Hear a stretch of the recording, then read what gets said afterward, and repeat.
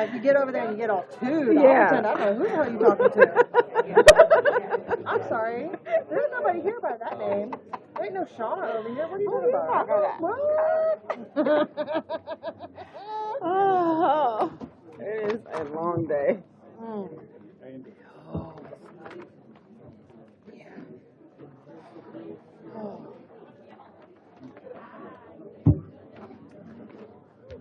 That's funny as all get out. Right when you are. Start on time. All right. Excuse me, we'll go ahead and call to order the meeting of the Sanford City Commission for Monday, November 10th, 2025. Am I on? No. No.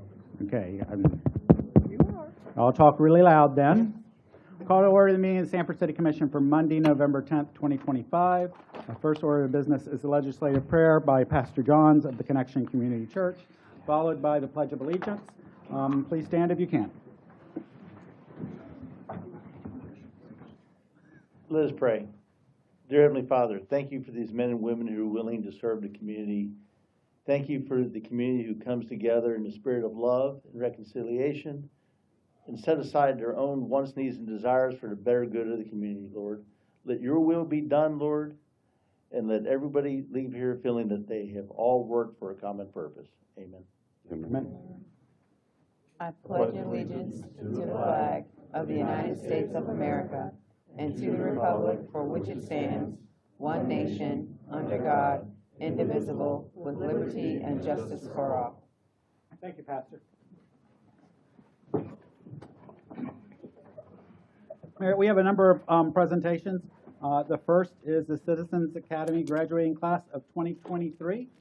So bring up Lisa Holder. Maybe. Right?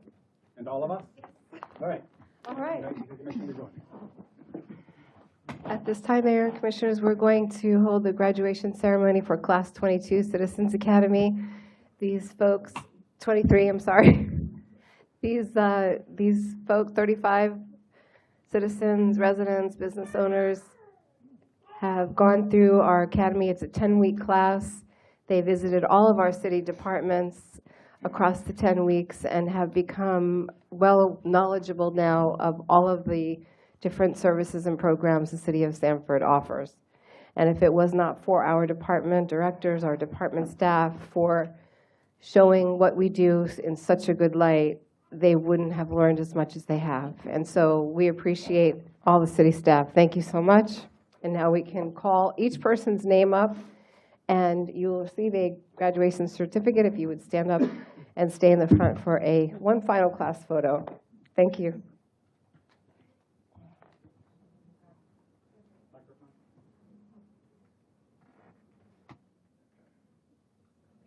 Thank you. Okay. Cue the music, please. Citizens.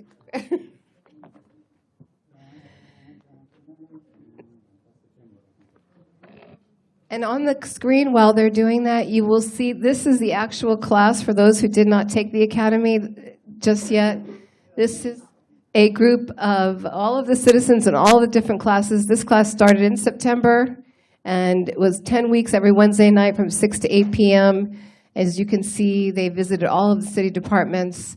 And also, we're going to hold the next academy, Class 24, in February, and applications will be open soon, end of December, well, early December. But thank you, and please watch this screen and all of the wonderful things they have done throughout the 10 weeks. Okay. Nick Belvich. Thank you, Nick.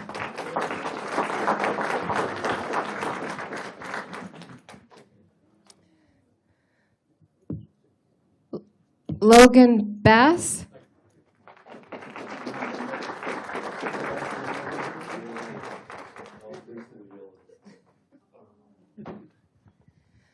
Tekevius Bird. No. Mary-Liz Camara.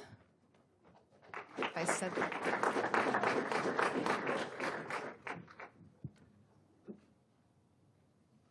Patrick Carter.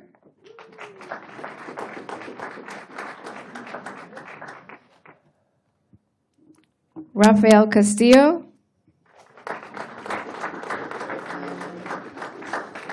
Okay, I don't see that. John DeLon. These men and women join a group of almost 500 or more graduates already of the Citizens Academy. Tim Dolan.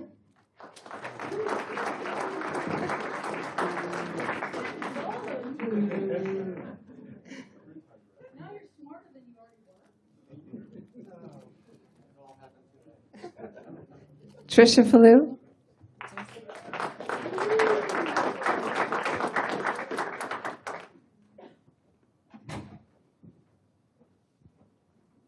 Shannon Fisher.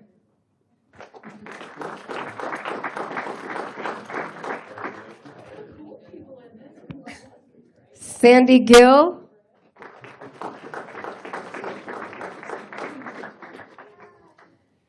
Eric Goodwell. Anissa Grant. Rosalind Hines.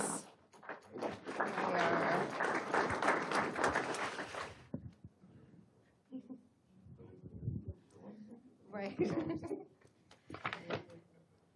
Harry Hummel.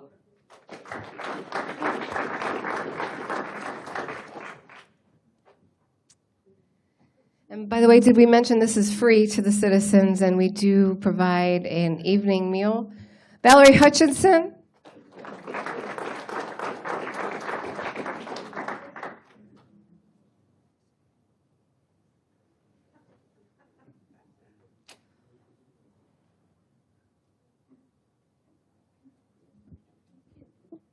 Ruby Lazo Castillo. No. Robert Levine.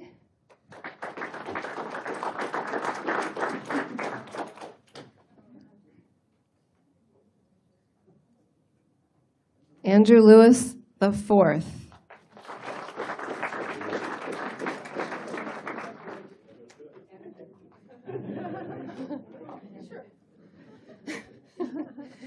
Karen McElhaney.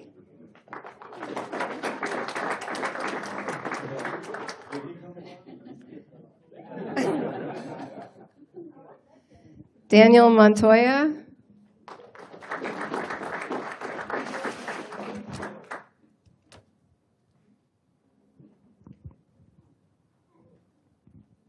Gabriela Peda. Gabby.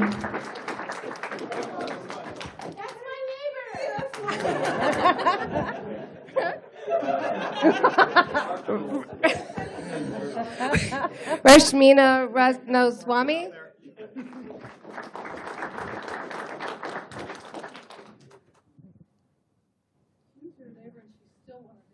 Stephanie Reese.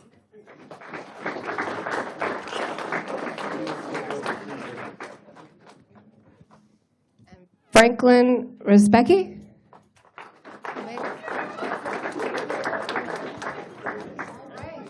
Well, I didn't miss anyone, have I? No? Okay, wonderful. Well, here we are, Class 23, City of Sanford Citizens Academy. Congratulations, everyone.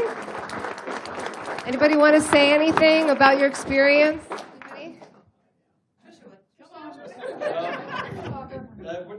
We have a time limit. This is a great class. If you live in Sanford, if you do business in Sanford, I highly suggest it. It'll be something that we promote to all of our chamber members for every class moving forward, because you learn so much about the different departments, and I just highly suggest taking this class. And thank you so much for offering it. And the dinner is worth the 10 weeks for sure. So. Which class was most entertaining? I like the parks. Yeah, the parks. Yeah, Brady was really good. Yeah, Brady and Pamela were very entertaining for sure. So, Public Works, I missed. I missed Public Works. I'm sorry. Oh, no, I did. I was there. They were all really good classes. Yeah, I just want to thank all of y'all for taking the time to do this, because the better informed our citizens are, the better our city is. So I really appreciate y'all taking the time. I'm glad to hear you enjoyed it. Kudos to Lisa. A round of applause for Lisa for putting it together. So thank you so much. I wanted to mention, too, though, we have 2 Citizens Academy graduate, 3 that are elected officials, by the way. Commissioner Burton, Commissioner Austin, and Commissioner Thomas. So, Mayor, you're next. They didn't have it when I was.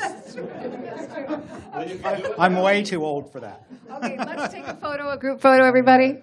Thank you.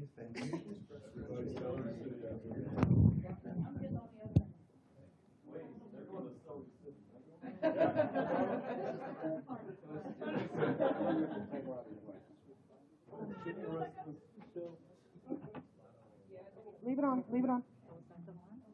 Yeah, that's it.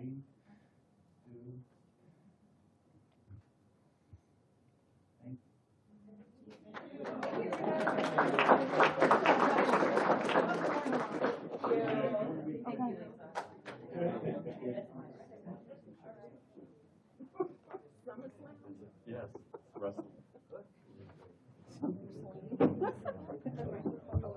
Okay, that's fine. I need to go. Unless you're going to be up next. Who's doing youth council? I'll do it. Are you going to do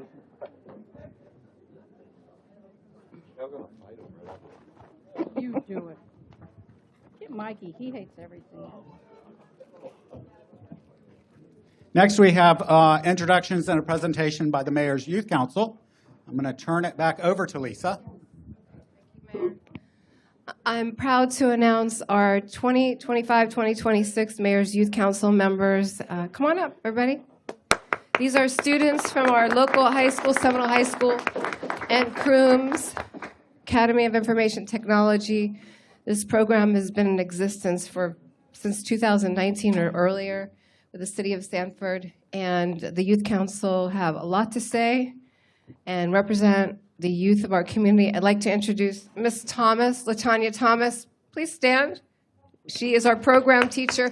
Without her, we couldn't make this possible, seriously. So I'm going to hand it over. Who wants to take the lead on this? Okay, here we are. Good evening, everyone. My name is Shrenika, and I'm the president of the Youth Council. And this is our team. Good evening, everyone. I'm Shauna Chambers, and I'm a junior at Seminole High School, and I'm the vice president of the Sanford Mayor's Youth Council. Good evening. My name is Saida Thomas. I go to Seminole High School. I am a senior, and I'm just a member of this amazing Mayor's Youth Council. Good evening, everyone. My name is David Wee. I'm a junior at Seminole High School, and I'm your secretary for the Sanford Mayor's Youth Council. Good evening, everybody. My name is Xavier Benjamin. I am a senior at Crooms Academy of Information Technology, and I'm just an officer. Good evening, everyone. My name is Erica Brown. I'm a senior at Crooms Academy of Information Technology, and I'm the Sanford Mayor's Youth Council historian. Good evening. My name is Apurva Vishwakarma. I'm a senior at Seminole High School.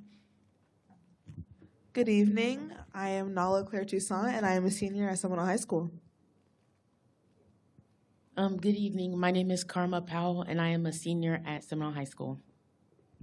Good evening. My name is Iman Das, and I'm a sophomore at Seminole High School. Good evening. My name is Sahasra, and I'm a senior at Seminole High School. Good evening. My name is Kareem Goodwin, and I'm a junior at Seminole High School. My name is Kayana Donaldson, and I'm a senior at Seminole High School. My name is Kaylee Shute, and I'm a junior at Sci High.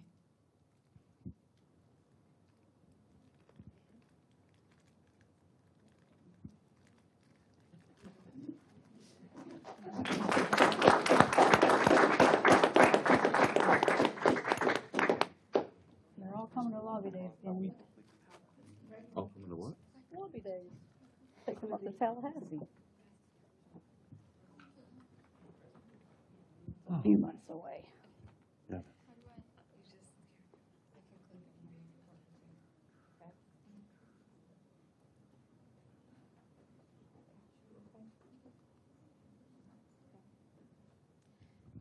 So this is our team, and okay, this year the focus of the council is going to be strengthening our local community, and we're hoping to achieve this by partnering up with businesses around Sanford, and we're creating social media posts with them and promoting them through our social media pages in hopes to promote more local businesses. Okay, so to start off the process in which how we are developing our marketing routine for this year, we reviewed our districts, we learned who our commissioners were, and we split up into 4 teams. Each team has about 5 people, and they picked 2 local businesses that they would be highlighting and promoting on our City of Sanford page. If you haven't seen, has anyone here seen any of the posts we've made? Awesome. Yeah, check that out. We spent a lot of hours, brainstorming, team working, and put a lot of effort into making these posts. And it also helps out our local small businesses. It boosts them and gives them, just to highlight more business, more revenue. And it's good to support your small businesses rather than, going to a big corporation for something you can get at something local,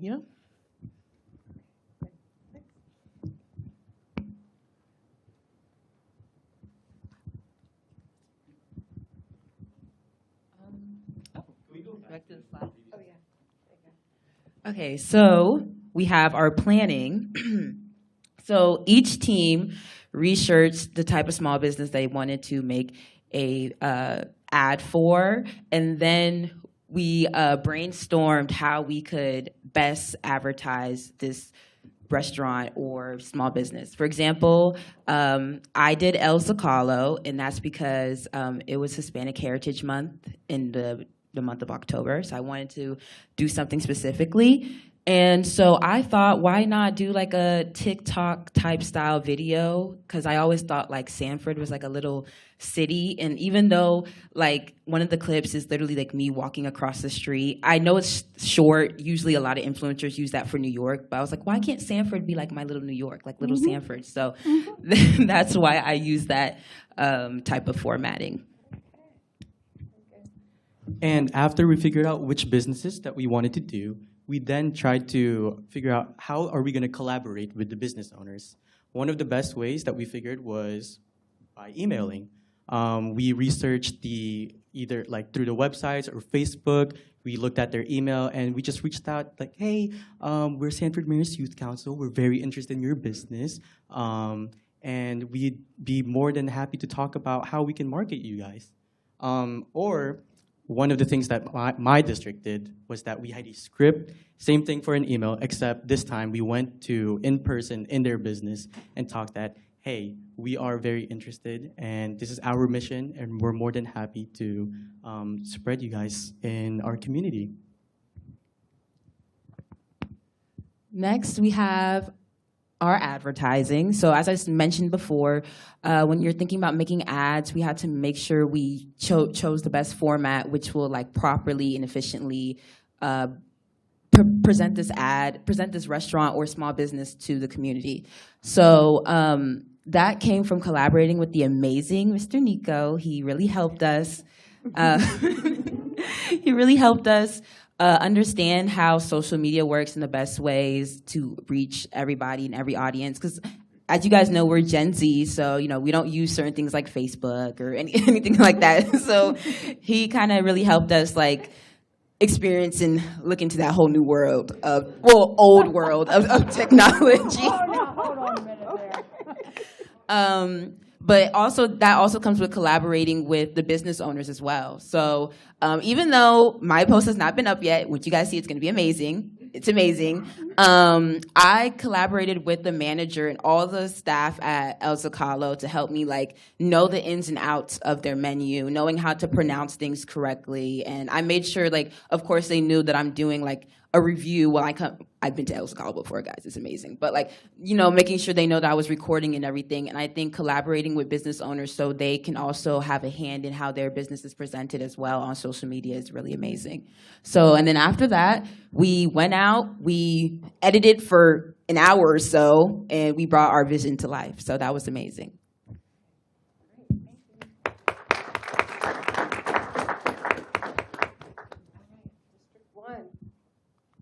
Good evening, everyone. We are District 1. We are currently missing one of our members. We have our amazing commissioner over there, Mrs. Brighton. Yes. So for District 1, the first business we looked at was Theater West End. It's right in historic Sanford, like the downtown area. But our post was seen by over 2,500 viewers across both the Instagram and Facebook. And they were super excited to work with us and helped us create everything. And were able to respond in a timely manner. The second business we did was Hot Asian Buns. Their posts were seen over 3,700 times across the platforms. And while they were very excited to work with us, they were harder to reach because they were more in person than through emails.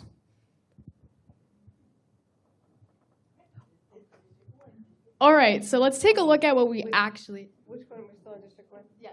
Okay. So let's take a look at what we actually posted visually on Instagram and on Facebook. So on the left, you can see Theater West End. So we made a cover page for this. And as you can see, the pictures are actually from plays that happened in the past and shows how interesting Theater West End really is. Then after this cover page, we actually had a slideshow of upcoming plays for the month, and we advertised them so people knew what was going on. We advertised for plays such as American Psycho. And then on the right, we have Hot Asian Buns, and we made kind of like a flyer for it, and it's really interesting. So we actually had images of what they serve, and we had a little blurb about what type of restaurant they are and what type of food they serve. And I mean, if you look at the food, I mean, it's pretty enticing. Excellent. Hard to choose just two. So as you can see, they went to each commission district and did something. That's the theme here.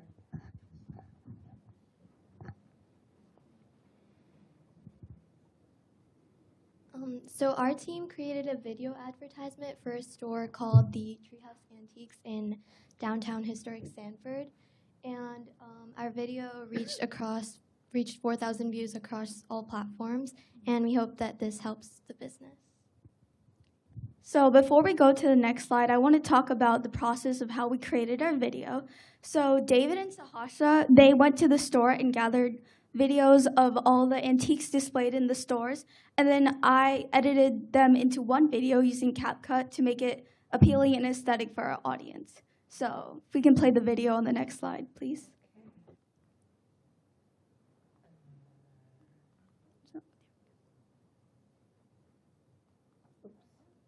Is it playing? Play over there. Okay. All right. That's okay, but that's our video. It's on social. And I just wanted to mention, and Saida mentioned it as well. So as you know, we are Gen Z, and something that we valued or like we focused on while creating this video was reaching our age audience. And so the reason why we targeted Instagram Reels and we focused on that type of like aesthetic video was so that our own friends from our schools, from Crooms, from Seminole, and others could also like, you know, be enticed by the antique store. Thank you. Okay. Great job.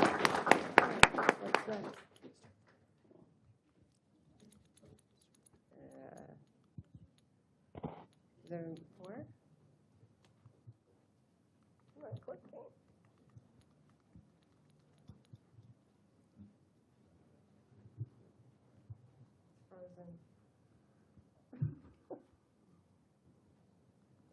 Well, we were representing District 4, and we just wanted to tell you a little bit about the companies that we... Yeah, here we go. Okay, so we did Decision Tactical and Comic Central, and I'll let you guys talk more about that. So basically, this page right here is the analytics that we received from after the post, and this is just to show like who was able to, or where the audience, like how many people it reached, you know. And specifically on the Comic Central post, I saw a commenter say like that they wanted to check out the business. So. Okay. But this is our actual like post that we went out. What happened is we emailed the stores we were interested in, and we went ahead and went to their locations, and their marketing, like professional, wasn't in, so we couldn't really ask questions towards there or do an interview. So instead, I drafted up some prototype examples of how I wanted to lay out a poster, and I asked them if we could take some photos. So for Comic Central in specific, we went around the store to show off their cool collection of like stuff that like is a nerd's dream. So we got a little sidetracked when we were in there checking out all the comics and figures. But you know, we got all our photos in the end. This is only one of the 3 that we made. And then the other business that we had picked was Decision Tactical. Decision Tactical is a training ground in the Seminole Town Center. It has simulations. In October, they had a zombie apocalypse simulation that anyone can do. It was only limited time. The Sanford Police Department goes there regularly to train there and everything, to perform them well for like when they get out and like have to deal with like the situations that are involved in the simulations. There's also a practice shooting range that they can do, but it's not like an actual shooting range. It's also a simulation as well. They also have competitions that they do, and then they also have a really good happy hour there. Mm-hmm. Allegedly. So you've been told. Allegedly. So does Comic Central have Sandman collection? They do. Then they pass. They have Marvel, DC, like underground comics. They have Invincible. They have Funko Pops. They have figurines. They have old comics. They have like stuff for kids. The section right here is filled to the brim with like old style like comics that like they collect, and you can donate to them as well. They're a really cool business, and I really hope that they get more traction. They're around the Super Target in WP Ball Boulevard, so it's like a big shopping center right next to Kiki's. And it's Good job, District 4. And it's right down the street from Decision Tactical. It's like That's right right. down the street, like 2 minutes away. Please Okay. Yes. And Quigley's coffee. No. Fine. Go get that. I do like their breakfast. So you must be wondering what we learned. First question that we wanted to answer was, how do we reach out to businesses effectively? First off, we wanted to make sure we contact them as early as possible so we can get a response in a timely manner. Or second off, if they weren't reaching out to us in emails, then we want to go in person to ensure that they see our face and show them that we are very interested in working with them. Secondly, how are we going to improve our marketing strategies going forward? So we realized that as we started posting, more people were actually engaging in our posts. So we're going to continue doing that we're all going to try to do, as a group, 8 posts per month. So hopefully our consistency and creativity will attract more people towards the social media page of Sanford and to the local businesses we're trying to uplift. And we plan to change for not only ourselves, but how we interact with businesses, how effectively we communicate to other businesses and how we communicate with each other to get to those businesses, what we post about the businesses, and what we think we should effectively interact with on posts to see the traction that's going on.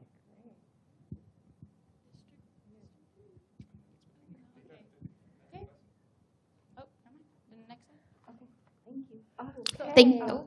I just want to say real quickly, let's give them a round of applause. Can all of you stand? Yeah. Okay, they created this on their own. So the key to is we have strong leaders in the city of Sanford that attend Seminole High School and Crooms Academy of Technology. And all of these individuals are planning on reaching out to the city commissioners. I think some of you have already talked to them about businesses. We also want other businesses' recommendations that can be sent, because we want to basically get everyone have an opportunity to have their business known. Some of the places that they had, I had no clue, and I live here, and it's like, oh, okay, so we'll go here, and especially, Hot Asian buns, baby. And so we were, like, it was just different places. That was like, okay. So we are expanding this out. It's 8 per month. So we did the first drive, so we'll have another drive for the month of November, January, all the way through June. So 8 businesses, 2 in each district that we're gonna hopefully advertise and promote the city of Sanford. That is our theme for this year, and it's marketing. Okay. Yes, and all of this information can be found on the City of Sanford's Facebook page. We have to get TikTok maybe or something like that. So, but that's where you can find all of this. Yes, Commissioner Thomas? Yeah. On Instagram. Yeah, we have Instagram. That's exactly right. So they're helping us. We're helping you. All right, let's get a group photo. If the commissioners like to, that would be great. Well, they haven't done the best district yet. Oh, yes, so. they have. No. Oh, shoot.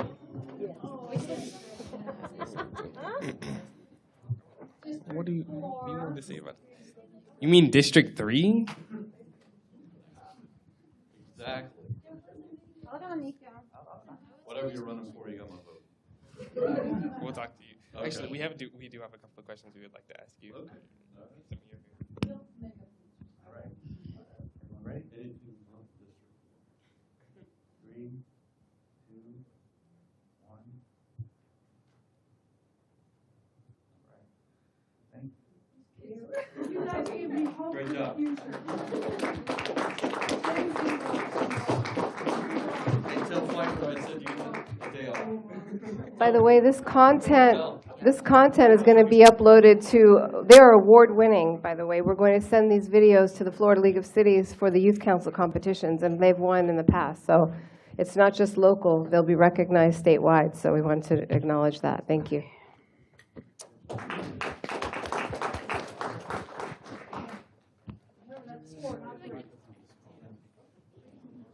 You can't get to 4 without going to 3. That's what I said. I'll give you that one.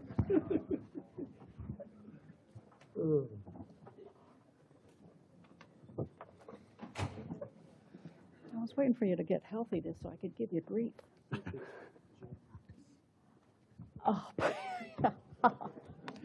Okay, and next we have a proclamation for Veterans Day.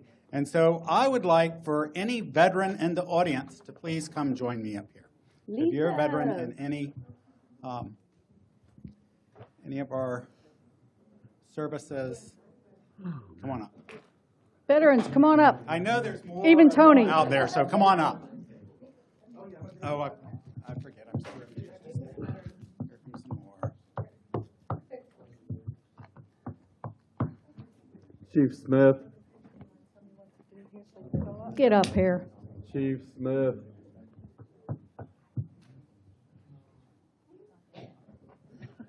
I know it's a long walk, but you can do it. Practice for later when I get them up here, because I always do. Right, whereas the United States of America and dozens of allied countries around the world recognize November 11th as a day of remembrance, a day to pay tribute to our heroes, and a day to rededicate ourselves to the cause of peace, since the World War I armistice was signed at the 11th hour of the 11th day of the 11th month of 1918. And whereas we gather again today to remember the countless sacrifices of all of those in our military services who fought so valiantly on the seas and the air and on foreign shores to preserve our heritage of freedom, and to show our deep appreciation for our veterans' heroism and their immeasurable contributions to our country while advancing peace and freedom around the world. And whereas we recognize that the United States of America remains the greatest military force in the world because of our veterans who passed the torch of liberty from one generation to the next while enduring painful personal sacrifices to preserve our liberty and prosperity. And whereas brave men and women of Sanford and our surrounding communities have answered and continue to answer our country's call to duty with a service in the Army, Navy, Air Force, Marine Corps, Coast Guard, and Space Force, as well as their reserve components, with valor and unrelenting determination, setting a standard of bravery and idealism that inspires us and makes our country a beacon of hope and freedom for all. Now, therefore, I, Art Woodruff, by the virtue of the authority vested in me as the mayor of the city of Sanford, Florida, do hereby proclaim November 11, 2025 as Veterans Day and encourage all citizens to acknowledge and honor veterans for their contributions to the principles of democracy, individual freedom, and human rights through their service. And thank you all for your service.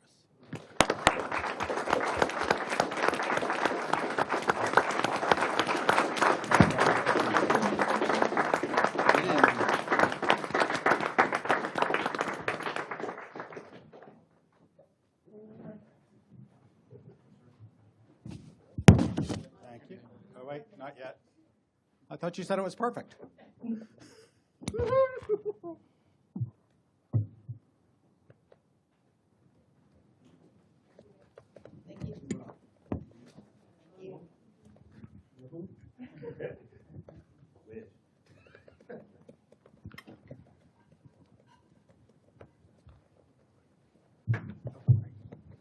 And our Veterans Day ceremony will be tomorrow at 11 a.m. at Veterans Memorial Park. And I would like to thank Commissioner Thomas for agreeing to present that proclamation tomorrow at that ceremony. Mm-hmm.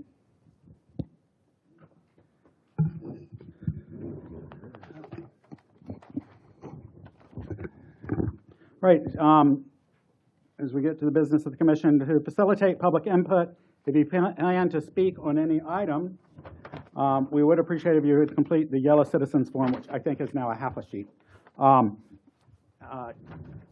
place it in the back, and it will be brought up to us. The public will be given an opportunity to speak on any item before the city commission during a regular meeting. Before the consent agenda, I will ask if anyone wishes to speak.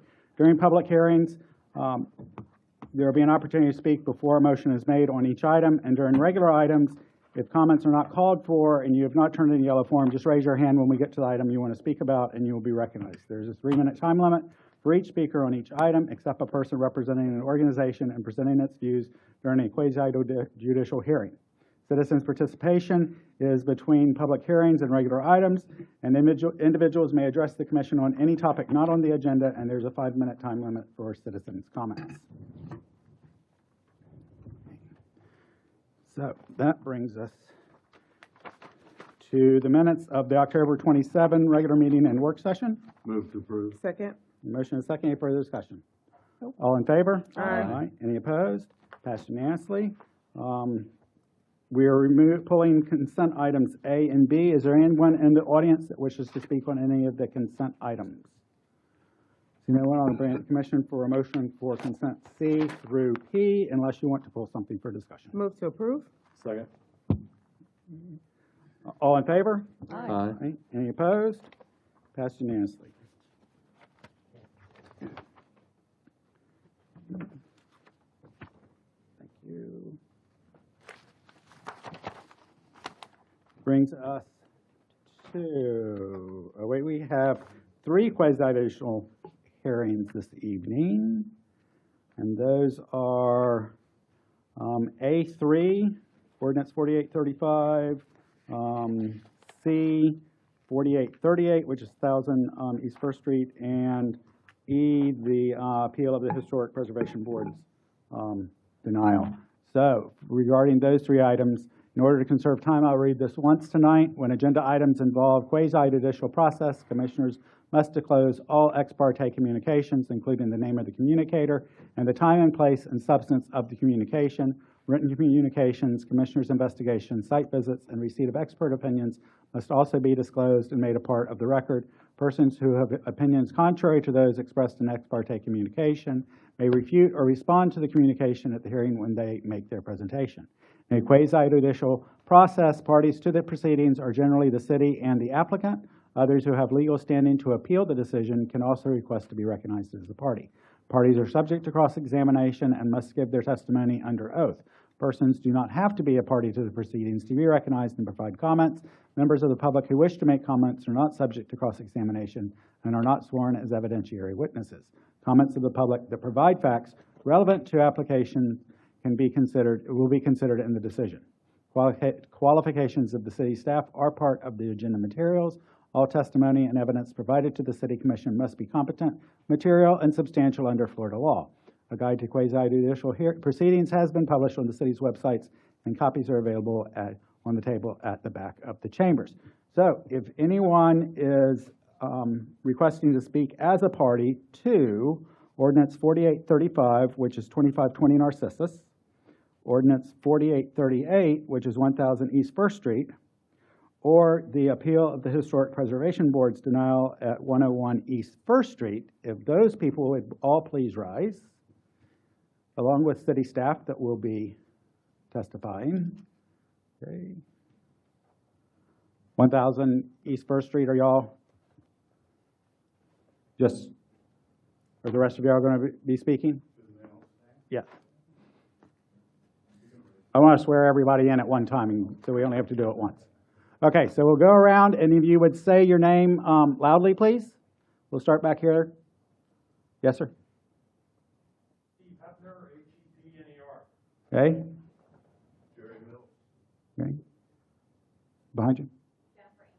Okay, behind them, the row of staff. Okay, coming over here.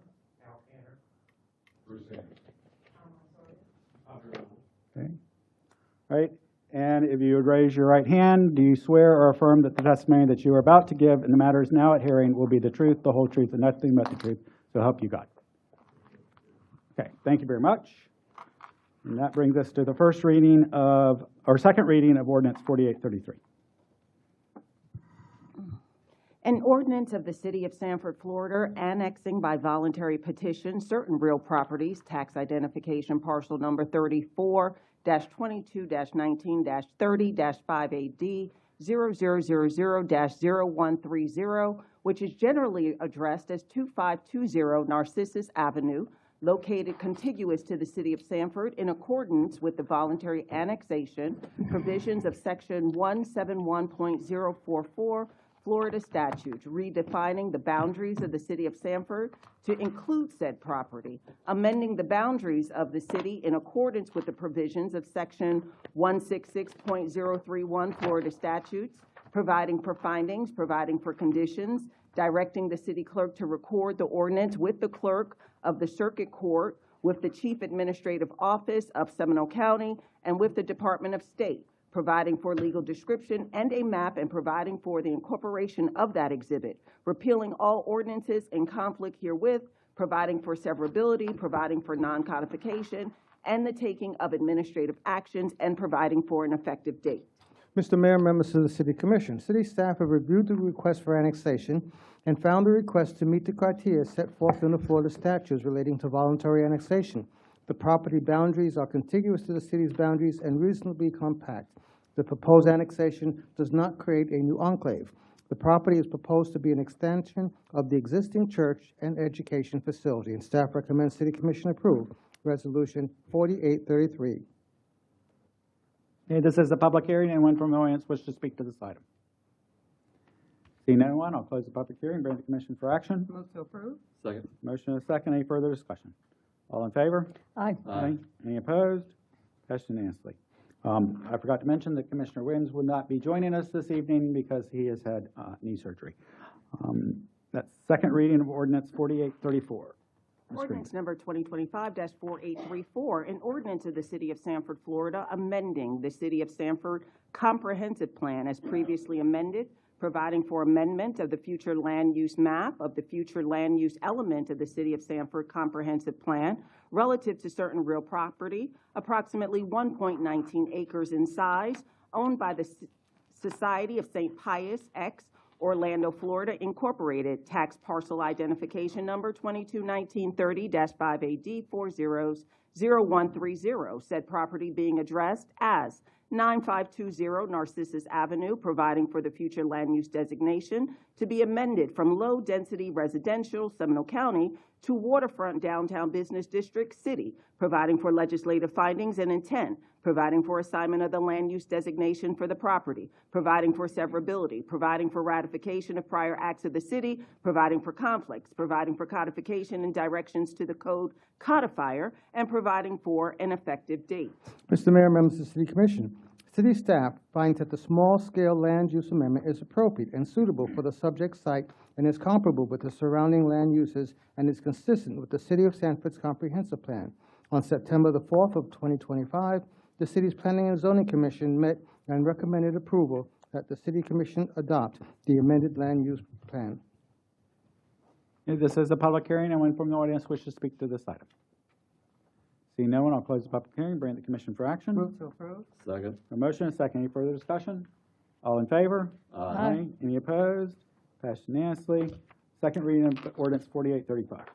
An ordinance of the City of Sanford, Florida, providing for the rezoning of certain real property approximately 1.19 acres in size, owned by the Society of St. Pius X, Orlando, Florida, Incorporated, tax parcel identification number 221930-5AD400130, by the Seminole County Property Appraiser, which property is located within the Sanford city limits, addressed as 9520 Narcissus Avenue.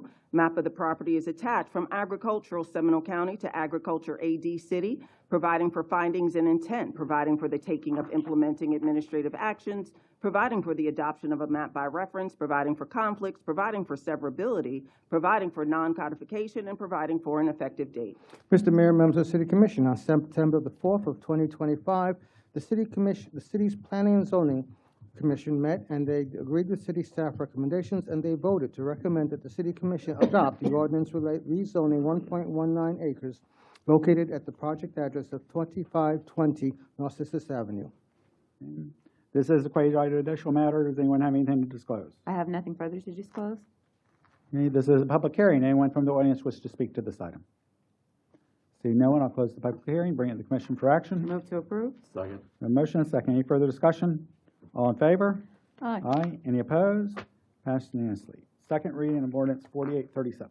An ordinance of the City of Sanford, Florida, pertaining to the Code Enforcement Lien Amnesty Program, amending sections 26-141 and 26144 of the Code of Ordinances of the City of Sanford, Florida, providing for legislative findings, providing for implementing administrative actions, providing for a savings provision, providing for conflicts, providing for severability, providing for codification, and providing for an effective date. Mr. Mayor, members of the City Commission, the city staff is recommending that the City Commission adopt ordinance number 4837. This is a public hearing. Does anyone from the audience wish to speak to this item? Seeing no one, I'll close the public hearing, bring it to the commission for action. Move to approve. Second. A motion and a second. Any further discussion? All in favor? Aye. Aye. Any opposed? Passed unanimously. Second reading of ordinance 4838. An ordinance of the City of Sanford, Florida, providing for the planned development rezoning of real property totaling approximately 5.84 acres in size and assign tax identification parcel numbers 3019-31507, 0E00-0000, and 30-19-31-507-0F000000, which are generally addressed as 1000 East First Street within the city limits. Map of the attached to establish a mixed-use development, providing for the taking of implementing administrative actions, providing for the adoption of a map by reference, repealing all conflicting ordinances, providing for severability, providing for non-codification, and providing for an effective date. Mr. Mayor, members of the City Commission, following your October 27, 2025 City Commission meeting, a number of conditions for approval were proposed, and they are listed in the staff report. Okay, this is a quasi-judicial matter. If anyone has anything to disclose, I have spoken with Ms. Henson, Ms. Schofield, and Ms. Agnini about the application of Schedule S on this property since our last meeting. I have read correspondence from Ms. Agnini of the Historic Preservation Board. Right. Okay, so, Ms. Henson. I do not have a further presentation this evening, as full presentations were given at the last hearing. I did update the ordinances per the recommendation of the commission for the changes they wanted to see, and if you have any questions, let me know.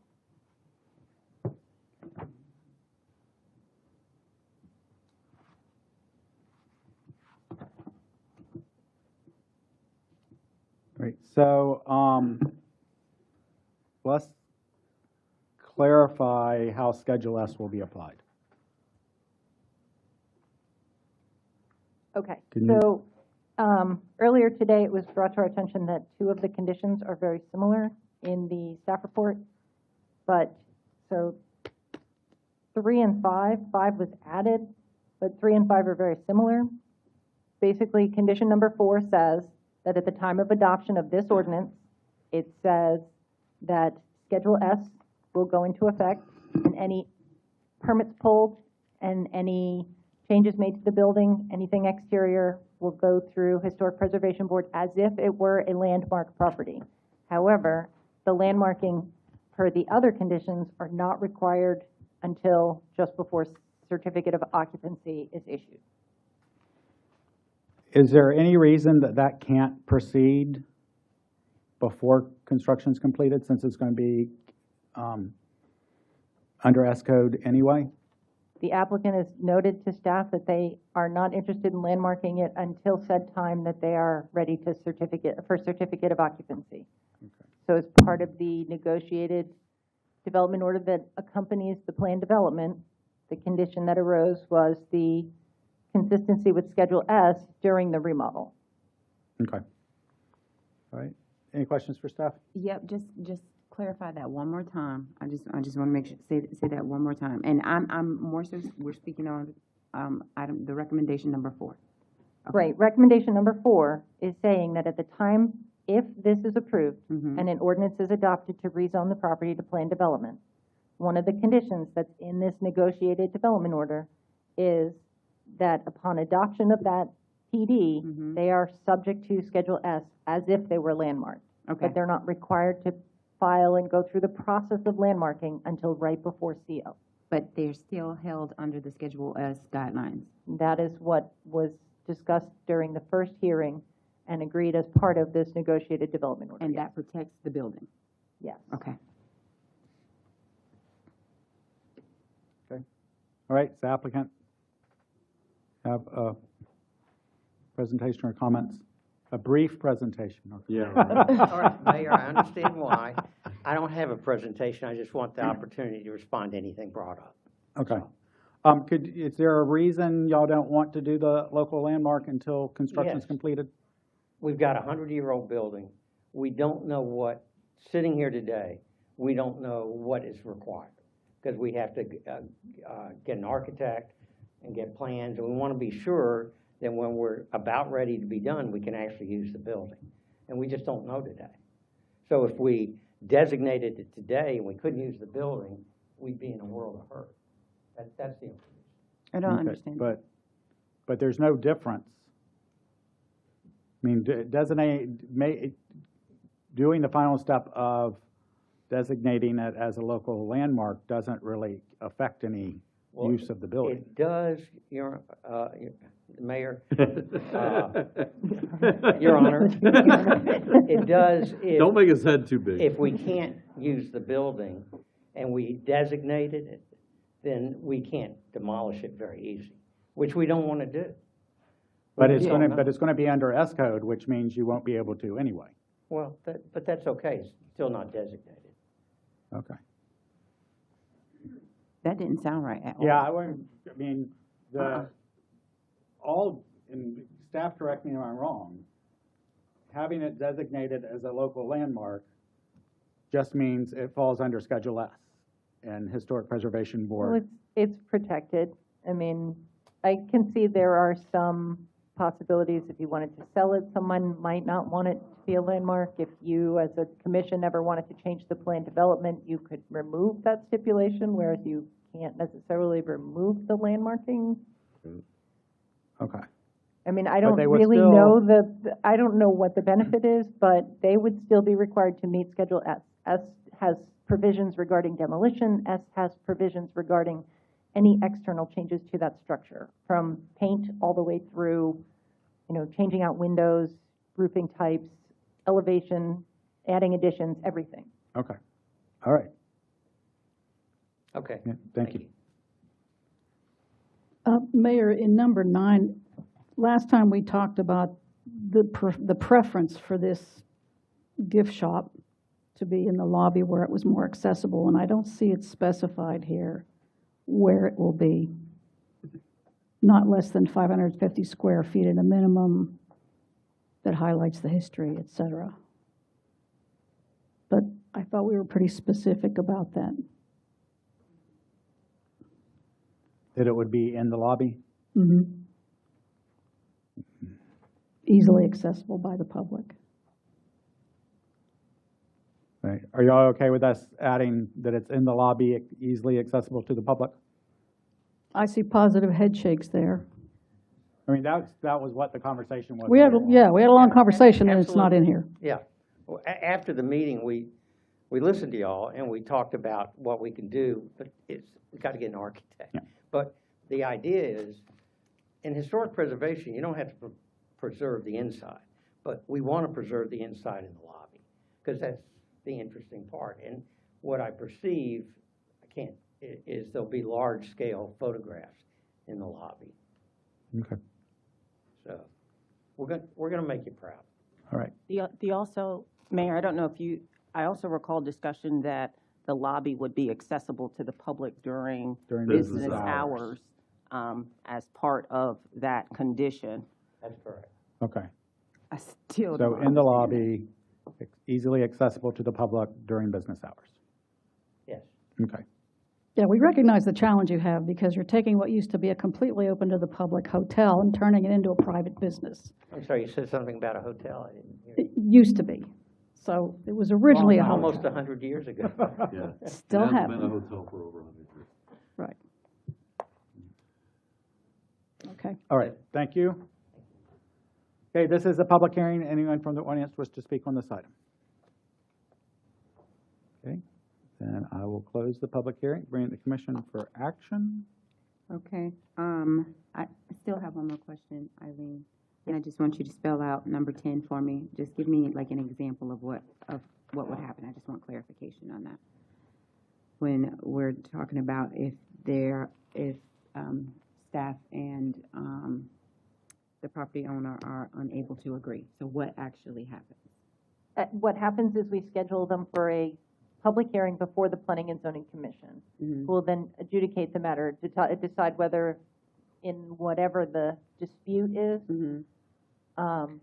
what the Planning and Zoning Commission feels is on the side of the development order or the plan or the master plan, whatever the issue is. Trying to think of something that would be relative to this, but say we told them they needed 10 trees up front, and they say they only want to do 4, and we say 10 trees is required, and they say, well, 4 seems better to us, and we're at an impasse. It goes to the Planning and Zoning Commission, and they adjudicate whether or not 4 trees matches the master plan better than 10 trees or something along those lines.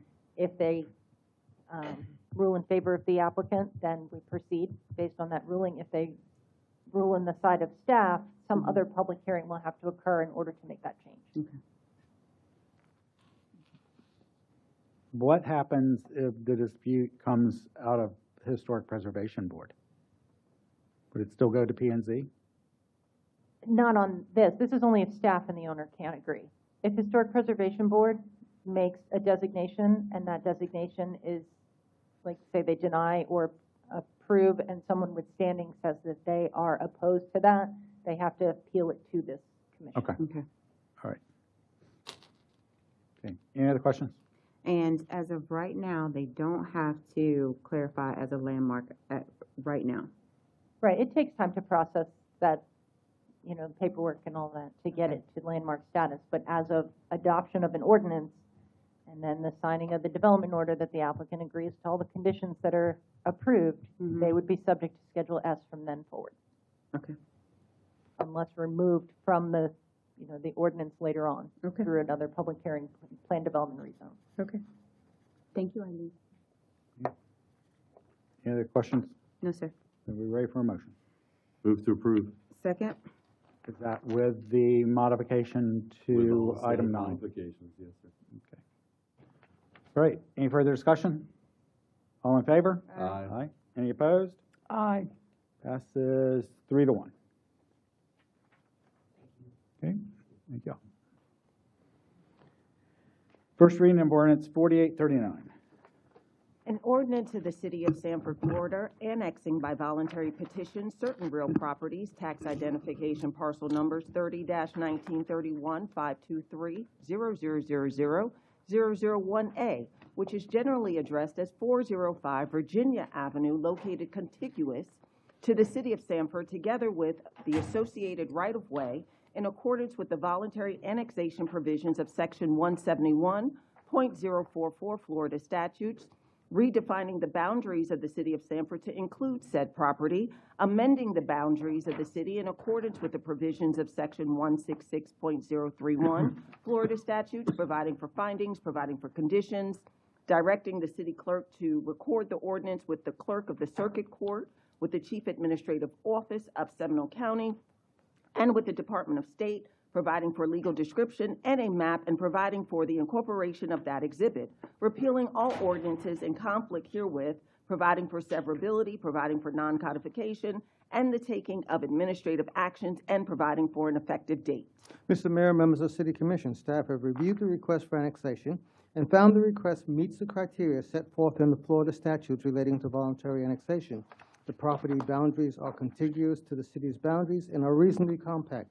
It is therefore staff's recommendation City Commission approve the first reading of ordinance number 4839 to annex 0.39 acres into the City of Sanford with the project address of 405 Virginia Avenue. Okay, this is a public hearing. Anyone from the audience wish to speak to this item? Seeing no one, I'll close the public hearing, bring it to commission for action. Move to approve. Second. Motion and second. Any further discussion? All in favor? Aye. Any opposed? Passes unanimously. That brings us to the appeal of the Historic Preservation Board's denial of a C of A.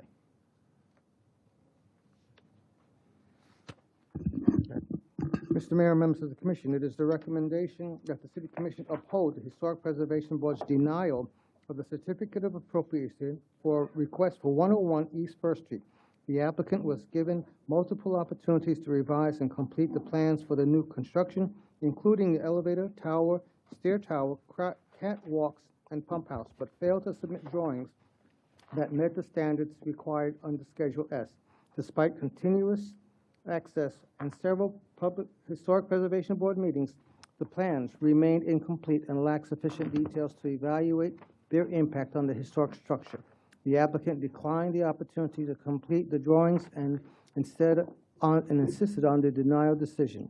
In addition to unresolved design issues, the applicant includes expired approvals and unpermitted work, and the site is experiencing deterioration and safety concerns due to the prolonged exposure and unauthorized occupancy. Upholding the denial supports the city's commitment to responsible preservation and ensures that any future development aligns with the standards and goals of the Historic Preservation Program and the elements identified within the comprehensive plan. This is a quasi-judicial matter. If anyone has anything to disclose, I did also speak with Ms. Henson and Ms. Schofield. And I've spoken with Ms. Agnini about this item in terms of what are the conditions that would be necessary to get to an approval. Anyone else? I have nothing new to disclose. All right. So, Ms. Henson, Ms. Schofield, who's up? Good evening, Eileen Henson, Director of Planning, and with me I have Julie Adams Schofield, our Historic Preservation Planner. Got a presentation for the Historic Preservation Board action, the denial of a certificate of appropriateness for 101 East First Street. So the appeal overview, the applicant, Stephen Hepner from Formworks Architecture, is appealing the Historic Preservation Board's denial of the certificate of appropriateness They proposed alterations and new construction at 101 East First Street, a historically significant downtown property. The action before you is to uphold or overturn the denial by determining if the submitted information meets Schedule S, the regulations, as well as other city policies. The property owners are Ocean View, Sanford Condo Association, and Big Bubba Investments. As noted, the applicant is Stephen Hepner from Formworks Architecture, and the tax parcel numbers are noted. So here's a site location for those of you unfamiliar with where the site is located. It's at the corner of First and Park, very prominent location in the middle of downtown. So some building background. The building's a 6-story building, built in 1922 by George A. Fuller Company. It was designed by Mowbray and Ufinger. It originally housed the First National Bank and Sanford's first skyscraper. It's located in downtown Commercial Historic District, and it's constructed with limestone, brick, and clay tile on a steel frame. Few modifications have been made over time. And my slides cut off, so made over time, preserving its actual architectural integrity. So project history. Previously, it was approved for certificates of appropriateness for window modifications, and those CFAs expired in 2020 and 2023, respectively. No CFA has ever been approved for the current tower, catwalk, or pump house design. The pump house was demolished in August of 2024 prior to meeting the development order condition that required them to have a development plan before doing the demolition. Then following the demolition, a CFA detailing the replacement pump house and new elevator tower were required before any permits could be issued to do the work. So a stop work order was issued on March 26, 2025 for unauthorized excavation and staging of the tower foundation for which the CFA and no permits had been issued. So code enforcement fines were active at the time of the stop work order. HPB then held multiple hearings between April and August of 2025 requesting a revised and completed plan. Final drawings lacked sufficient detail and clarity on the proposed construction. However, the applicant declined further revisions and requested a final decision. So the HPB denied the certificate of appropriateness due to incomplete documentation and design concerns. So a little more on the building. The building has deteriorated due to exposure. Windows are broken or missing. Doors are left open. Evidence of unauthorized occupancy without electricity also raised fire concerns with the building. An open excavation pit remained exposed for over 6 months, eroding into the alley and toward the building. Then these conditions underscore the need for a coordinated, preservation-sensitive rehabilitation of this historic structure. So the project proposal. The applicant aims to convert the upper 5 stories from long vacant office space to residential units. This adaptive reuse supports revitalization of downtown Sanford and preserves a historic asset, a key historic asset. So for the location of this, on the lower right-hand side is a blow-up detail with the arrow of the lower left corner pointing to the lower left corner where it falls into the site plan. You can see on the left-hand side is Park Avenue. On the north side is the alley, and then the back of the building. So this is that sort of white square off to the left, telling you where the tower and the future pump house are going to be. So the project includes new access features such as an elevator, the elevator tower, the pump house, and the catwalk system. The features are not well defined in the current submittal package, including inconsistent height, elevation profiles, and few dimensions noted to assist with understanding the drawings. So these are a little more zoomed in because it's small details on, we tried to make it as big on the screen as we could, but you can see it lacks dimensions, it lacks detail enough to understand what's going on. Okay. Can I interrupt real quick? Mm-hmm. The packet that we were given at our dais, is that the same as what we're showing up here? Okay. Yeah. Maybe in a different order, but okay. We tried to make the PowerPoint logical to follow. So anyway, you can see that there's concern on the behalf of the Historic Preservation Board that the details and the renderings as proposed don't give enough detail to be able to understand what is happening. And only 3 elevations have been provided. The internal elevation where the actual access potentially to the tower is, because you can see on these 3 drawings, there's no side that shows you how you get into or out of the elevator. So after multiple hearings before the Preservation Board, the applicant brought in renderings as opposed to drawings to try to help explain what it's going to look like. So these are the 4 renderings, which I've broken up to look at them a little easier. You can see the southwest corner, so sort of looking up Park and at the alley and the parking lot behind it. And then on the right, you can see the west elevation looking directly at it from Park Avenue. So this is the tower. It's difficult to discern dimension and finishings and materials and sort of just a smooth white box. And then on this side, similar, this is the east elevation from the back side if you were looking at it from the parking lot. And then there's no north elevation for us to share with you. So I don't know why your PowerPoint on the screen doesn't match the one that we had on the screen in our computers, but I'll read you what that's supposed to say. So it says, Schedule S. So we're going to do an evaluation of Schedule S. I'm going to read this. I'm going to lay it out, and if you have questions, Ms. Schofield will be answering them for you. So, a property shall be used for its historic purposes or be placed in new use that requires minimal changes to the defining characteristics of the building and its site and environment. So the residential conversion requires life safety upgrades, but design should minimize the visual impact. The proposed tower exceeds the height of the historic building, making it the tallest in the district, and a less intrusive design, such as an abutting elevator tower, would better align with preservation standards. The prominent location, height, and design impacts of the historic district environment overall are not in compliance with that section. The historic character of a property shall be retained and preserved. The removal of historic materials or alteration of features and spaces that characterize a property shall be avoided. The window and door pattern are the character-defining elements for the rear of the historic building. As you noted in the elevations and the drawings themselves, from what we can tell, majority of that building side is going to be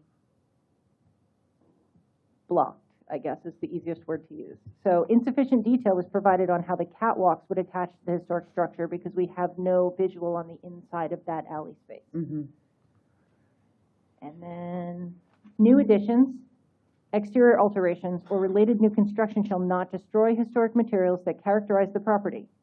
The word shall be differentiated from old and shall be compatible with the massing, size, scale, and architectural features to protect historic integrity of the property and its environment.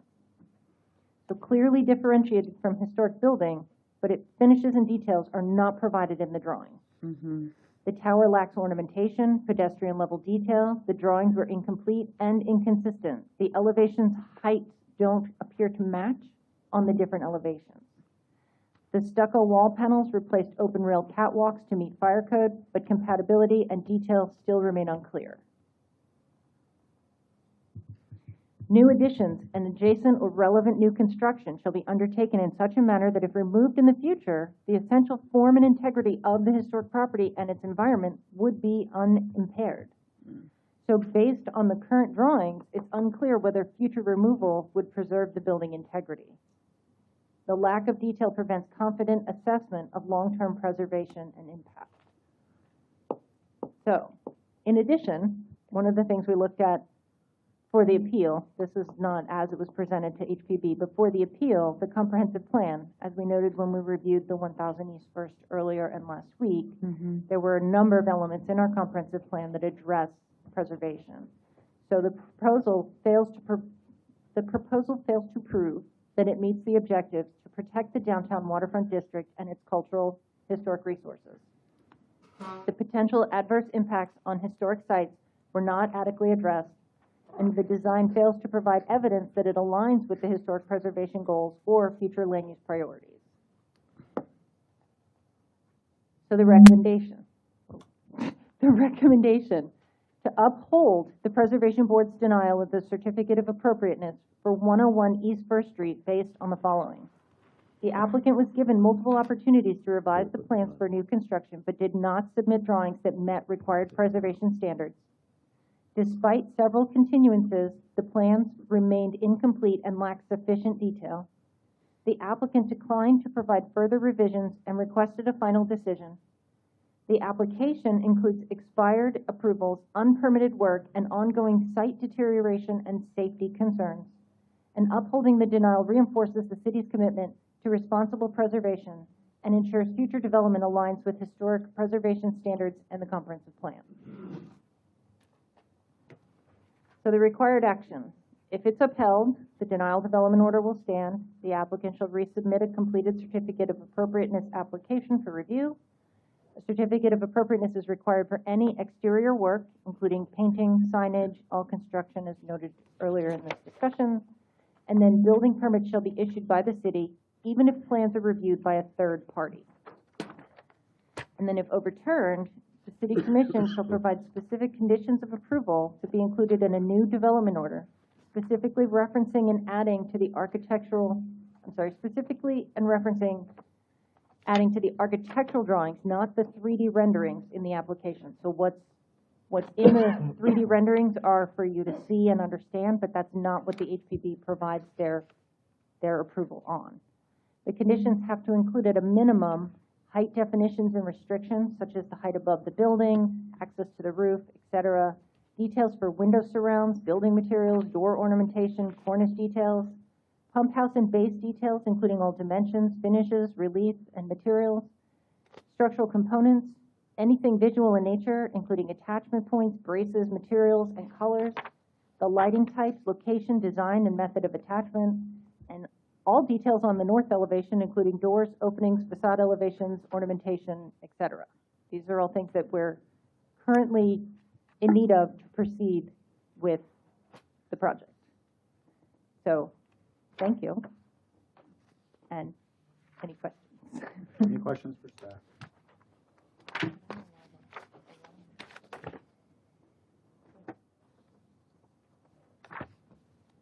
Thank you for your specificity.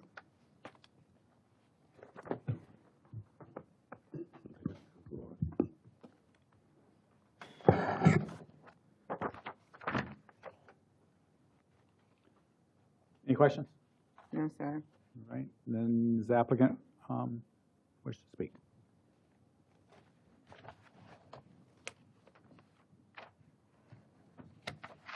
Good evening. I'm Jennifer Englert from the Orlando Law Group at counsel for the applicant. I'm here because if we cannot reach some sort of agreement here today, the next step would be to go to the civil court and file an appeal, which we're hoping to avoid. But I do want to clear up a few things. This tower has been approved in 2022, twice, and in 2023. So it's a little bit confusing now that the historic board has said that the building itself does not meet the criteria for the Sanford Historical when this building and its elevator has been contemplated for years. Also, I think there might be a little bit of confusion in regards to whether the building meets Sanford's code, because it's important for you all to know that 85% of this building is done inside. So my client it makes it sound like he hasn't been doing anything and the windows are open and nobody's taking care of anything. That just isn't the case because it's 85% done.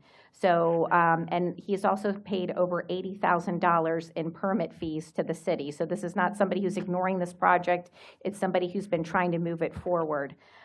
Now, probably if I would have gotten involved earlier, frankly, I would have told him not to just come before you in this moment. But I think the reason that he has done that after all these approvals is because he feels like there's no winning with the historical board. There's no moving forward.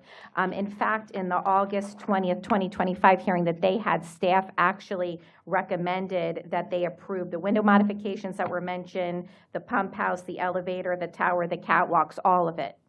But the historic Preservation Board decided not to. I also have the comments that were made, the few questions that were brought to my client to be answered in this August 20th hearing. It's a page. They were all met and discussed by the architect, and there really just doesn't seem to be a whole lot of spirit in moving forward. The architect is here, and he can answer some of the questions. If you have the package, I have the same package. You can see there are renderings. They do have measurements. This has been permitted, and I'm going to ask him to come up here and speak to a few of the concerns that were brought. But at the end of the day, if we have to go in front of the civil court, what we're dealing with is the Historic Preservation Board denial. And all the denial says is that they have not, that it's not consistent with the City of Sanford's comprehensive plan and development of the property. And they even go on to say they don't really even have to explain why. They cite a case as to why they don't have to explain why. So I think, I mean, if you take a look at that, if you take a look at the plans that were submitted, if you take a look at the history, if you take a look at all of the approvals that had come before, when clearly the city has known what this building was going to be and it was going to have an elevator. Without an elevator, this building will never be able to, it will not meet ADA compliance. I agree, we probably need a spirit of working together better. Hopefully they'll keep me involved so that can continue to happen. But if we have to go to court based upon just this denial, I do believe we'll be successful because the denial isn't specific enough, especially in light of the history and especially since staff had recommended approval. We would like to move forward with this. We think that you all should overturn the denial with some conditions. I agree we all need to move forward. It seems like we're going around in a circle. The architect is here to speak to some of the things or some of the concerns or questions you might have so that we can move forward in a positive direction and not have to go to court about this. Okay, can we get some clarification on, you said the tower was approved in 2022 and 2023? Yes, there was application number, come up and be my wingman. The application number 2022-115 and 2022-11, and also 2023-27. Give me all that one more address the time. elevator. Application number 115 dash what? It was this. It's COA 2022, so it's -115 and then -11. Okay, so there was an application. Did you receive an approval? Oh, an approval. Yes, approval. All of the three that I mentioned were approved. Yes. They were approved, but the design was not the current design. That was when there was the separate pump house. And Was it? before the demolition, so it was a different design that when we had come for the office meeting. Okay. And are those still valid? No, they all expired. Okay. And I mean, again, because we've been kind of going around in a circle, it's only 6 months. They're in the process of trying to extend them. We've been trying to extend them for over a year. He's even put the deposit down on the elevator, which is half the elevator. So again, this is somebody who wants to move forward and has spent a lot of money to do so. Yeah, but we haven't really been going around in circles because I believe that the city of Sanford has worked extremely hard to try to get this project completed. I know myself, I've met with planning, I've met with HPB, I've sat with the owner of the property. We have worked very hard. No one has wanted to see this project come to completion more than me. So I completely disagree that we've just been going around in circles because we've been working very hard with the applicant to get this done. Rules are just rules. No, I agree with you. And it's like staff has and my counterpart here, the architect, has told me that you all have had multiple meetings, that you have worked. It seems like the difference is that the makeup of the Historic Preservation Board changed between 2023 and current, and that seems to be the holdup, not really staff. Staff recommended approval. We agree with you there. Well, and I think it upset them that the pump building was demolished without any permits. Right. And without approval, so. Mayor, may I address that? Sure. We applied for and received a demolition permit for the pump house, which was attached. It was planned to be attached to the tower, and we planned the smaller future pump house right in the same location. We applied for and were issued a permit for demolishing of the pump house. It was issued. There was a permit issued. However, the applicant signed a development order prior to applying for that permit that said they would not demo the pump house until after the site development permit had been approved. And they demolished it before a development plan was ever approved. So they demolished it in violation of the development order that was issued. Tell you what, why don't we walk through the plans, and I think one of the main issues is what are the finishes? Is that correct? So let's start there. Yes. Walk through the plans and explain to us exactly what are the materials and finishes for the tower. Schedule S, in our review of Schedule S, they specify brick, stucco, basically brick and stucco.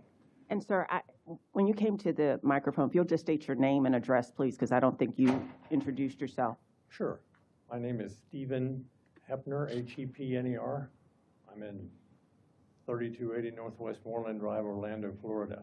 Thank you. You're welcome. In our understanding of Schedule S, requiring brick, stucco, masonry, art, and in many of our collegial presentations with the Historic Preservation Board, we've sought their opinion. We listened to recommendations from them. I think we had 2 pump house designs that were brick. Didn't seem to fly. We'd suggested carrying the cornice trim across to the tower from the existing building onto the tower. Tried that. That didn't seem to work. In our latest presentation on the, I guess they're not the working drawings, but they're the imageries, the 3-dimensional imageries. We tried to pick up instead of brick, we tried to pick up the imagery of the existing building and carry it across. There you go. Carry it across horizontally to the new pump house, and then the tower. And the elevator is surrounded by the staircase that goes around it, so it's sort of comes around on 3 sides of the elevator tower. And and one of the reasons nothing's ever happened with this building is, it does have to have a second means of egress. It has stair and elevator inside, but we had to create a stair and elevator, a second means of egress, matching the existing floor levels on each level, which many are different. And really there's minimal. We've tried to preserve the existing building. I don't think anything we're planning, if it had to be removed, would have a great effect on the original building. The original building. We have catways that just structurally tie into the steel frame of the existing building. Art to go on there. We did attempt different finishes. Right now we have painted stucco and no brick, but we have masonry that is treated stucco as well. Along the way, we found that. Can we go to this one? Yeah. Because what I'm reading down here at the base of the pump house, it's going to be concrete block matching tower color and stucco finish. What does that mean? That means the pump house is constructed of concrete block. It has a stucco finish to match the color and tone and reticulation of the existing building first story. Well, it says it's matching the tower. The idea is the maybe inarticulate, but we were trying to pick up the style and finish of the existing building to carry it into the pump house and to that equivalent level of that finish on our tower. Okay, so that should read concrete block matching first and second floor of the original building? Yes.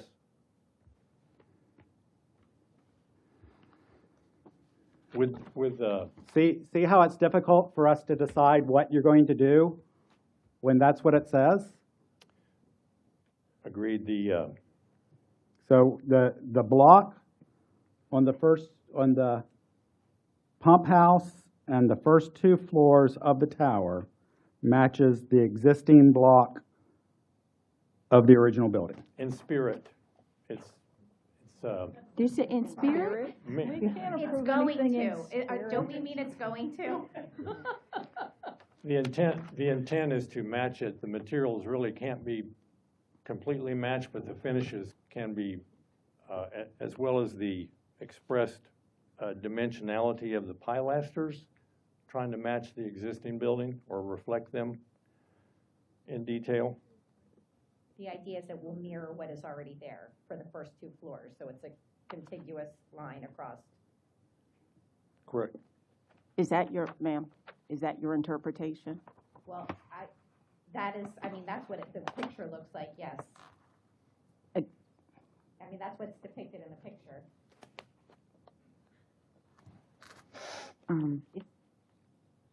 I guess then for the above, the rest of it is stucco, the rest of the tower. All right, and so it's supposed to, and what color is that going to be? We're matching the existing building color. The existing building is brick. The existing brick, the existing building. The side. So what you go back to one of the Right elevations. You want to match that, right? There. So the picture to the left. Let's see. You're telling me this color matches this brick.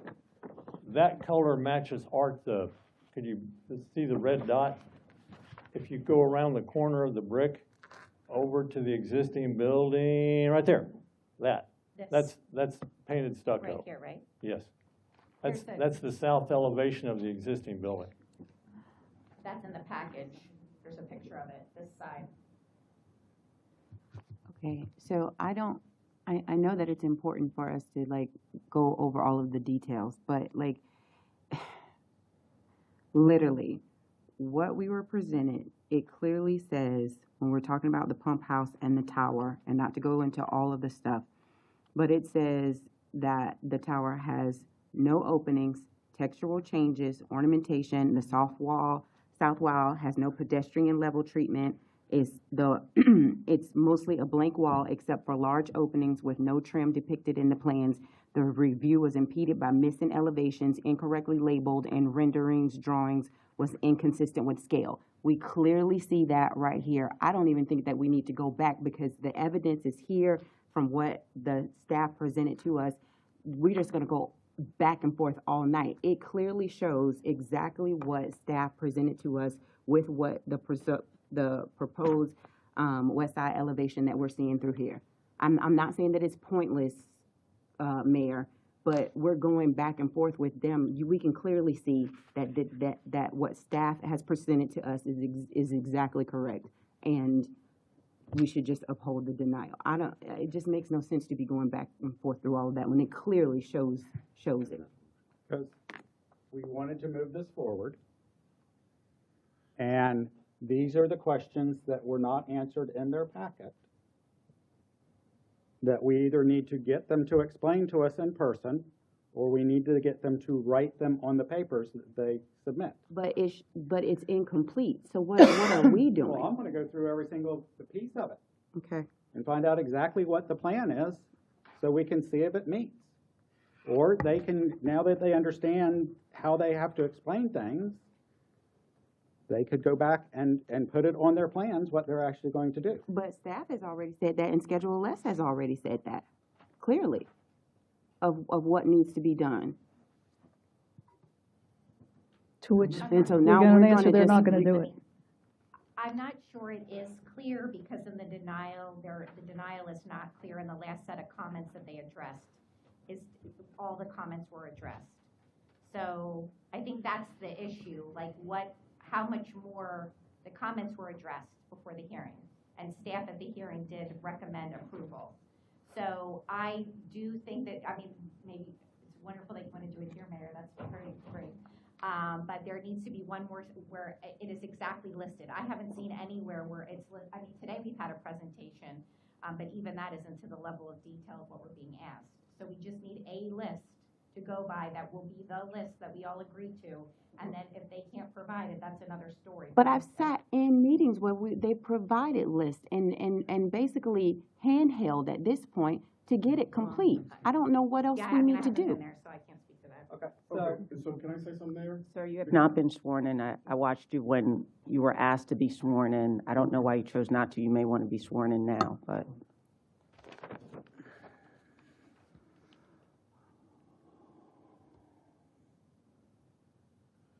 Okay, go ahead and state your name. Mohammed Roshaka. Do you swear or affirm that the testimony that you're about to give in the matters now at hearing will be the truth, the whole truth, and nothing but the truth, so help you God? I do. Okay. Go ahead. Okay, so just to shine some light, we were going back for an expired certificate of appropriateness. When we demolished the pump house, we were given a building permit in error, and that was stated in a court that they have taken me to code enforcement. So we were given a building permit in error. So the building department made that error, and we did this. And in the grand scheme of things, the pump room has nothing of any significant value historically or to the building. And we're basically gonna build it again. We were approved for the elevator, for the certificate of appropriateness in May of 2022. I remember all the dates. I signed an agreement with Schindler's Elevator in November 7th of 2022 and paid 70% of the elevator of $146,000. I was given a permit that the city staff and Universal Engineering and Science have actually reviewed and approved the construction of the elevator. So when I was given the stop work order in last March, when I came in front of you guys, you basically, we called for an inspection for the footing.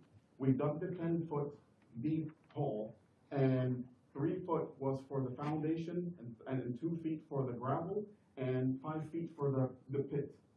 The city and one of the members of the Historic Preservation Board came up with this, that I am systematically trying to destroy this building.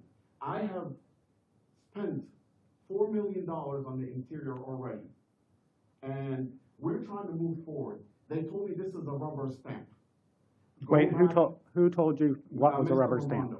Mr. Romano, he told me this is a rubber stamp. What was a rubber stamp? To get an elevator permit. This 2025 application. Because like, I was operating under the permit of the whole building. We've gotten our building permit, and then we did not start any work on the exterior till we got our site plan permit. So in my eyes, we have permits for everything. I never, like, why would I go and erect a seven story elevator? Am I gonna do that in the dark? And I've been trying to come up with the design. But basically, we were told to come back and go in front of HPV. HPV did not give us the time of the day. They would belittle Mr. Hafner. They would, make fun of us. They would basically tell us, like, we don't have the time for you. We send you back and forth and this and that and all that. And you can listen to all week, So I just don't understand where is the problem here. But remember, we were told to go back for an expired, not approved. So now they're coming up with a list this big, why our plans are inconsistent, this and that and the other. But 3 years ago we were approved. Where are the plans of the approved design? The building plans for this project have all been reviewed by a third party. and the Right, but city if there was never excuse- issued a permit for the elevator. Okay, excuse me. Sorry. I didn't mean to interrupt you, but I'm understanding that there was a C of A issued that has expired for the elevator. Is that correct or not correct? Do we have the plans that were approved? Somewhere. Okay. But these are not the same plans. They're not the So same. in coming back to renew an expired plan, we brought a different plan. Is that correct? The only difference, the only addition was the pump room that was demolished and being built. So ask yourself, just this little pump room is causing us to go back and forth 6, 7, 8 months. And tell me, like, are you guys wanting to this building that's been vacant for 45 years to move forward or not? And I have shared with you videos of the interior, Mayor, and you have seen how far we're almost done, you know? And we are a victim of a statement that my architect initially did in December of 2021 when we first submitted, and it was the scope of work was interior work only. When we submitted to utilize the interior elevator and the existing fire escape, the fire marshal in the very first comment says you need an ADA compliant elevator, compliant elevator, and you need a second means of egress. So we start submitting plans after plans. We stay with the buildings department for 19 months. Then Mr. Romano recommended that we go to third party. We went with third party. The building department here has looked at all the 10 sheets, S sheets, structural sheets for the elevator. And we kept going back and forth, back and forth, back and forth. When Mr. Romano recommended that we go with a third party, we went with Universal Engineering and Science, and they have approved those. So now they are holding us hostage that we don't have an elevator permit just because our scope of work was never, what's the word? Like, replaced to say that we are building an exterior elevator. But even though you are looking at plans that clearly shows an exterior elevator, everybody knew this. I have personally talked with the mayor about the exterior elevator and how it can actually serve a future garage. That could be another thing for the garage. Now they're talking about the height. That's all what the fire marshal asked us for. That we have a 7-story to basically serve the rooftop. And as a matter of fact, I thought the extra height was to get to a rooftop bar. well, with all all the hardship that I've been going through, I've put that, elevator, the rooftop bar or whatever it is on the back burner for now. But it matches the elevator shaft, the existing elevator shaft of the building, 6-story. If you look, you see the elevator shaft is a 7-story high. So we have done everything that's been asked of us. Okay, so am I to understand that there are approved construction drawings for the elevator building and bridges? Is that what I'm being told? Yes, sir. From Universal Engineering and Science. Does the city have copies of those? They should have. They should or do? They have. They, The building, Okay. the Universal Engineering and Science gives the permit issuance goes to the building.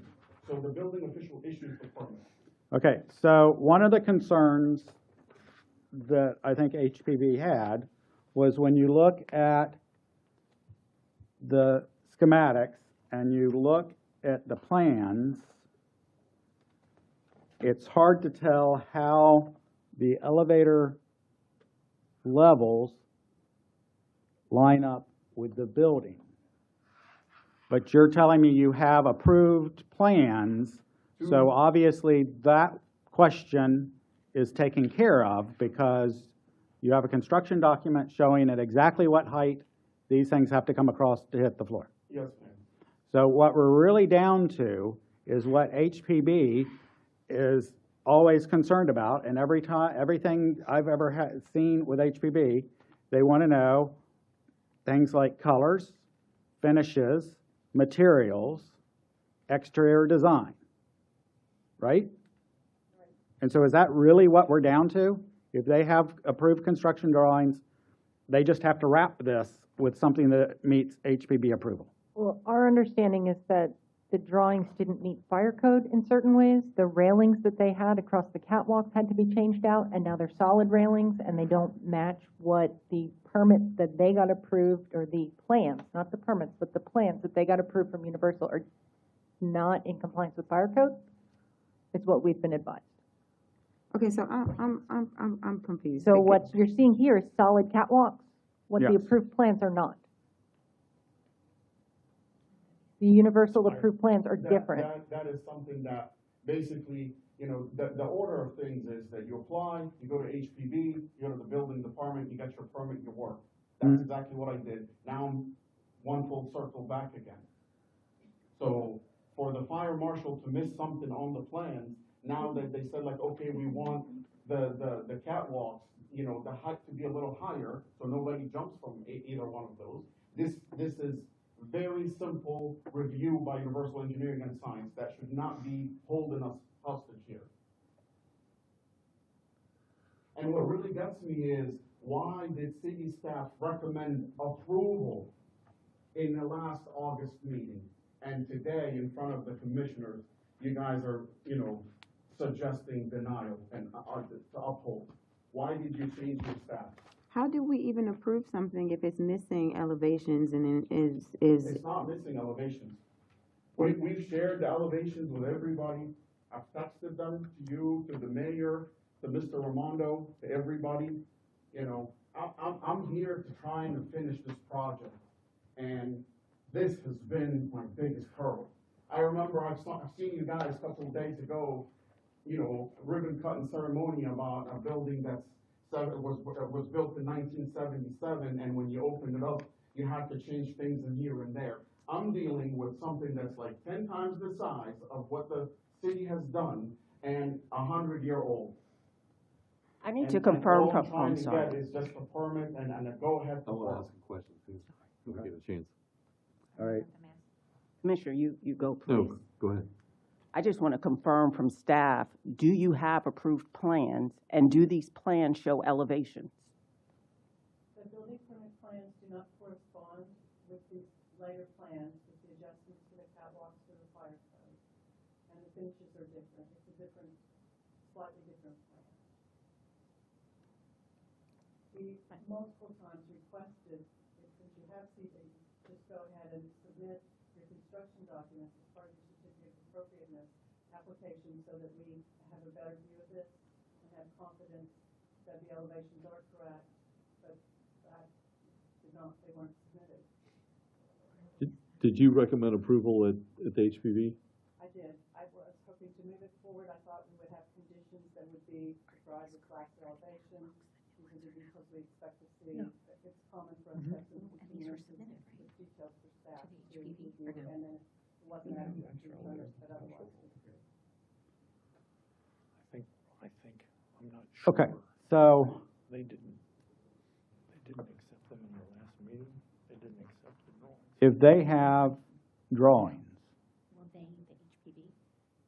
construction drawings, are we able to get through enough of what the design and finishes and materials are to get to the conditions we need to approve this, do you think?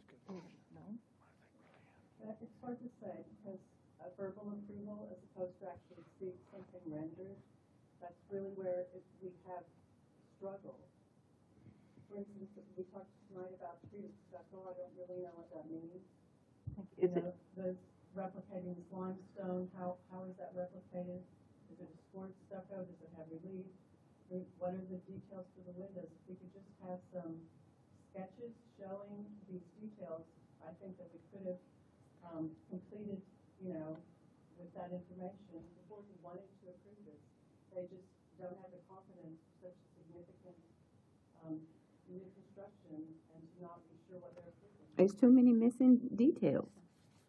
Mayor, basically, the stucco matches the stucco of the building. The building as it exists is brick from the 3rd floor up to the 6th, facing Park Avenue Mhm. and facing First Street. From the other side facing Magnolia and facing Second Street is stucco. So we're basically matching the stucco of the exterior and the side of the building. And we even offered to replace the pump room the same exact way it was before, all made out of bricks. Some of the architects that sit on the HPV, they said like, no, actually like make it all, stucco so everything is easy on the eye. We did that. Then they come back and they talk about like, oh, what about this door open this way or this door open that way? How are you gonna protect? So I told them like, we already have a building permit for this. And any problems, we should be going back to the building department, or in our case, Universal Engineering and Science. They're holding us, and every time they can just basically tell you like, continuous. As a matter of fact, Mr. Monroe was the one that told me, go and ask for a denial and come in front of the in front of the commissioners. They, their business, people, they want this to move forward. This is a multi-million-dollar project. Nobody has touched this in 40-something years. I just don't understand. I mean, like, I even offered everybody, including staff, including the mayor, the commissioners, to give them a walkthrough of the interior. So why don't you guys want to have this done? We do want to have it done. And I've been going since March. I have a permit. I still believe in my heart that I actually have a permit. I don't necessarily need an elevator permit. The project encapsulated an elevator. Why do I have to have a specific elevator permit? Maybe Schindler's Elevator would have a permit to come install the cabin and the doors. But me, construction side, I'm building a shaft and a staircase. This is including in the plans that we submitted years ago. But they came up with this whole idea, you don't have an elevator permit.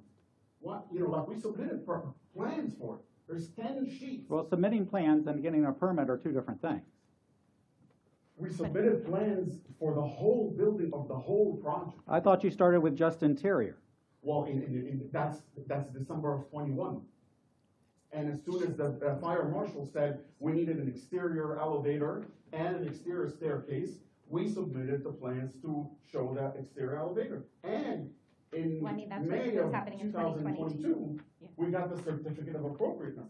So But now you've changed. They gave us the certificate of appropriateness, but today they don't. But the plan that had the certificate of appropriateness has changed. That's not the plan you have that you're going to build, is it? The only addition is the pump room. Okay. So ask yourself, is the pump room that relevant to this whole thing? And we've asked them for everything they wanted to see on the pump room. We wanted to replace it brick by brick. We wanted to, one of the architects that sits on the HPV board recommended all stucco to match with the tower. And then we start to play around and say like, what if we bring the limestone that's on the bank, the first and second story, and match it with the brick, with the pump room and the first story of the elevator. Well, so is the pump room and the first story of the elevator limestone, or is that concrete block? It is something that would mimic the limestone. I can't get something that's like 100 years old. Okay. I can have something it would this stucco made look like the first floor. This is what the Historic Preservation Board is looking for. What is the exact material you are going to use so they can make a decision? We said the stucco. We've mentioned stucco, the whole building. And you've mentioned concrete block, and then you mentioned limestone. Looks like mimics the limestone of the first and the second. And Mayor, like, this doesn't really matter to me. Whatever you guys want to see fit, I'm here willing to do it, to move the project forward. Patrick? You wanted to say something? Oh. Did you ever ask your question? No. Oh. He probably doesn't remember it. Do you remember your question? Mr. Muhammad came before us earlier this year. Earlier this year. And I got on Tony, got on Eileen, and Patrick. We both were just saying how we need to be open for business, friendly, and we really need to get on this. And I I sat at tables, I was banging my hand down. We have done everything possible legally to try to get this project moving and telling staff what to do, and I'm exhausted. It's too many missing pieces. It's nothing is clear. I don't, just looking at this, I don't even understand what's going on, because there's nothing that's clear that says exactly what the materials are going to be, what the note, there's no specific notes, details. They were going back and forth with if something was expired, if it's engineering, if it's drawing. This is a lot. Well, put yourself in my shoes, Commissioner. I have. No, I'm sorry, like, you're not 4 million out, in a project that nobody wanted to touch, that you specifically told me ever since you're a little girl, this building was. Exactly. Exactly. So when when the officer, Julie, recommends approval in the August meeting, the last meeting, when basically the person that was not supposed to even be, with them is yelling at me and telling me that I'm systematically trying to destroy my own building, that I have a track record, sitting in the meeting. And I said, like, you know what? There is no passing the meeting. The HPV were biased. So we can either move forward and try to figure out exactly what each material and each color and each design is, or we can continue this and let your architect come back and specify exactly what everything is, or we can deny it. I think those are our three choices. The requirements that we're levying are the same that we require for everyone, right? We're not treating this applicant any differently, are we? Asking the same questions, quoting the same rules. I appreciate a lot let me finish. I appreciate very much the fact that you are trying to do something with this building that we want something done with. I don't want to say you're in over your head. I know you've done a lot, and I appreciate that, a lot of it inside, but the requirements are the requirements, and I just don't get the sense that it's not that you're not trying to do it or that you don't want to do it. I think maybe you're not asking for help perhaps when you need it, because the process is the process. It's the same for everybody. We want everybody to succeed. We would love to see the building finished, but we can't go down a path of saying, this is what we think we're going to have, but maybe it doesn't turn out that way. Maybe it doesn't even turn out the way you think it will. I'm done. Go ahead. Can we continue this with a list of what we're going to need to see to move forward? Yeah, but I would like to ask a couple more questions before we get to that point. All right. I'll allow it. Thank you. You'll allow it. All right. Thank you, Vice Mayor. So, Ms. Schofield, I'm still on the same elevation. Okay, and for, I guess it's sort of the top and bottom of each of the railing walls, I'll call them, painted stucco on metal lab, trim banding, typical dark gray. Do we, in choosing colors or approving colors, is that enough specificity for a color designation, dark gray? Well, actually, the color is not at the top of our list in reviewing this. It's really what does the trim look like, how significant is the trim. Previously this was an open railing, so it had a very different appearance. And that's what didn't meet fire code. So we don't have very much detail of what that looks like, and that's similar for the window openings and the doors. We don't know how they're trimmed out. So you would like detail of the trim banding? Yes. Have you all told them that? These things were discussed at the last meeting, and if I remember correctly, that Mr. Hepner was not at that meeting. 9-inch exposed beam below walkway, beam painted dark gray. 9 inches. Even on their rendering, the colors don't match. 14 They gauge, can't even do it here. 5 foot high. And it says beam painted black, beam painted gray. We're asking about the top of the short wall there. And then what do you mean by, I guess it's exposed metal beam? Right here. Yeah, we have metal beams below the catwalks. That connects it to the tower, the tower with the building. Same Okay. elevation as each floor. So are those like I-beams? They are narrow, they're narrow beam sections. Would we be able to get pictures of those sections? Yes.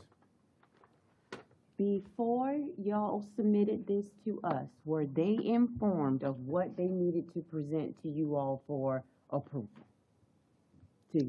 Was it clear before all of this came to us? Did they know what they needed to do? At each meeting, we're asking for the same thing. We need to see all elevations, we need to see the material and trim details. And, I mean, that's our point. I have the comments, they're very vague, and the denial, it has no detail. So it seems like we're down to very small things that can be conquered, and I have not seen in writing what might have happened in a meeting, I have not seen anything in writing that they could go take to their engineer and say, we need this, this, and this. If I may, the same comments, I know you spoke previously about 2021, and so you're aware I wasn't at the party yet, right? But since May, I've been at every HPB meeting, and since May, so first let me address the mocking. Nobody mocked you because I would not have allowed it. No one mocked you, no one mocked the architect. Not on my watch, it wouldn't have happened.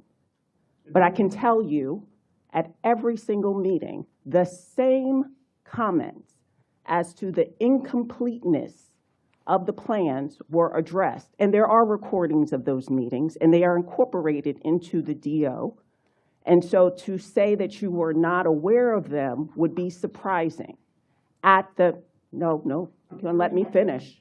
And then at the conclusion, at the last HPB meeting, I specifically offered you the opportunity to continue so that the continuing issues could be resolved, and instead you sought a denial. And I reviewed what that meant, and you still requested a denial rather than address the deficiencies. Now, I would also make note, your architect was not at the last HPB meeting to even address the deficiencies in the plans that had been discussed since I'd been sitting on HPB as the attorney since May. Okay, so we went to April meeting, and they denied us. And I think you were not in the April meeting. I think May. You went into the May. So then we went to staff, sat down with staff, told them, like, how can we get this going? Because initially, we were told that this is a rubber stamp. And remember, I'm going back to get something that was expired, not something that was not. But you brought a different plan. But let me help for a second. Was the pump room. But there were comments that were given to the staff. And like I said, these are the only comments I've seen in writing, and they were responded to. So I don't know, I mean, some of these questions are answered, and they were answered for staff, which is why I assume they said approve in the August 20th, because these questions are answered, the ones we're talking about right now. Some of them, not all of them, they seem to be evolving.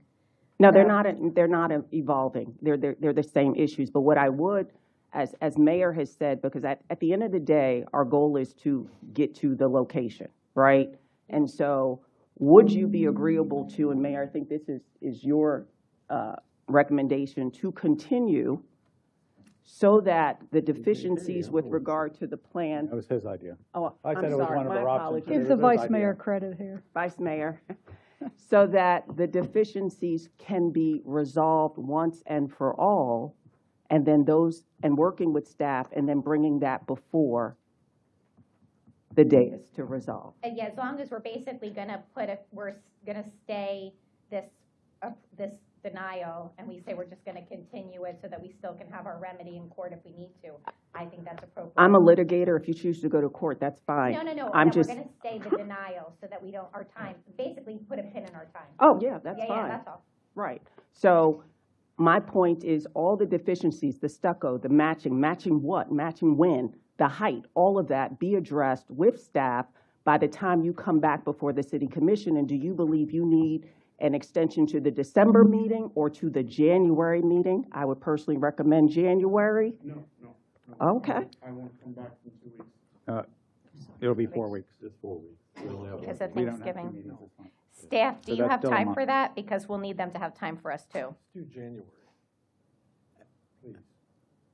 I think it's very important that these are addressed in terms of a drawing with clear notes, dimensions, the level of detail to see exactly what is being proposed. Well- Because this verbal response, we don't have confidence in that. Okay, so, Because then we can And mark it- up the drawing and all be so- on the same page. and it will come with the construction drawing, so you can see exactly how it's being done. Okay? Can we accomplish that by January? Since we're going, I think our team, our staff's going above and beyond again with allowing yet another list of requirements to be You might need the engineer provided. too. Ms. Green, can you clarify for me?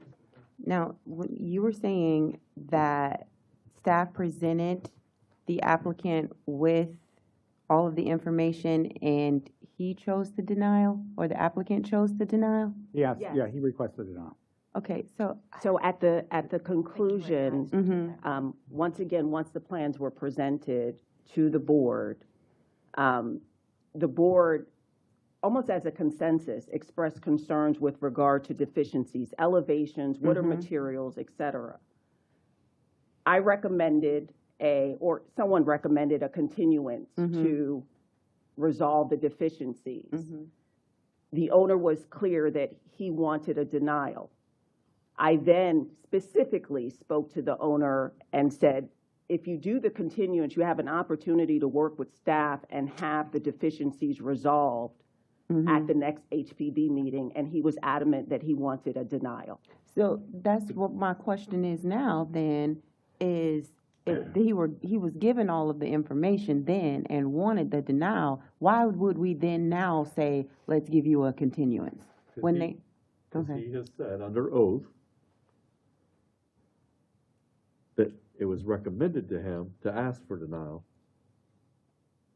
by Mr. Raimondo. And I also have something more important than that, that one of the members of HPV has basically posting stuff on Facebook saying that I'm systematically trying to destroy this, and they all sit together, they all knew each other.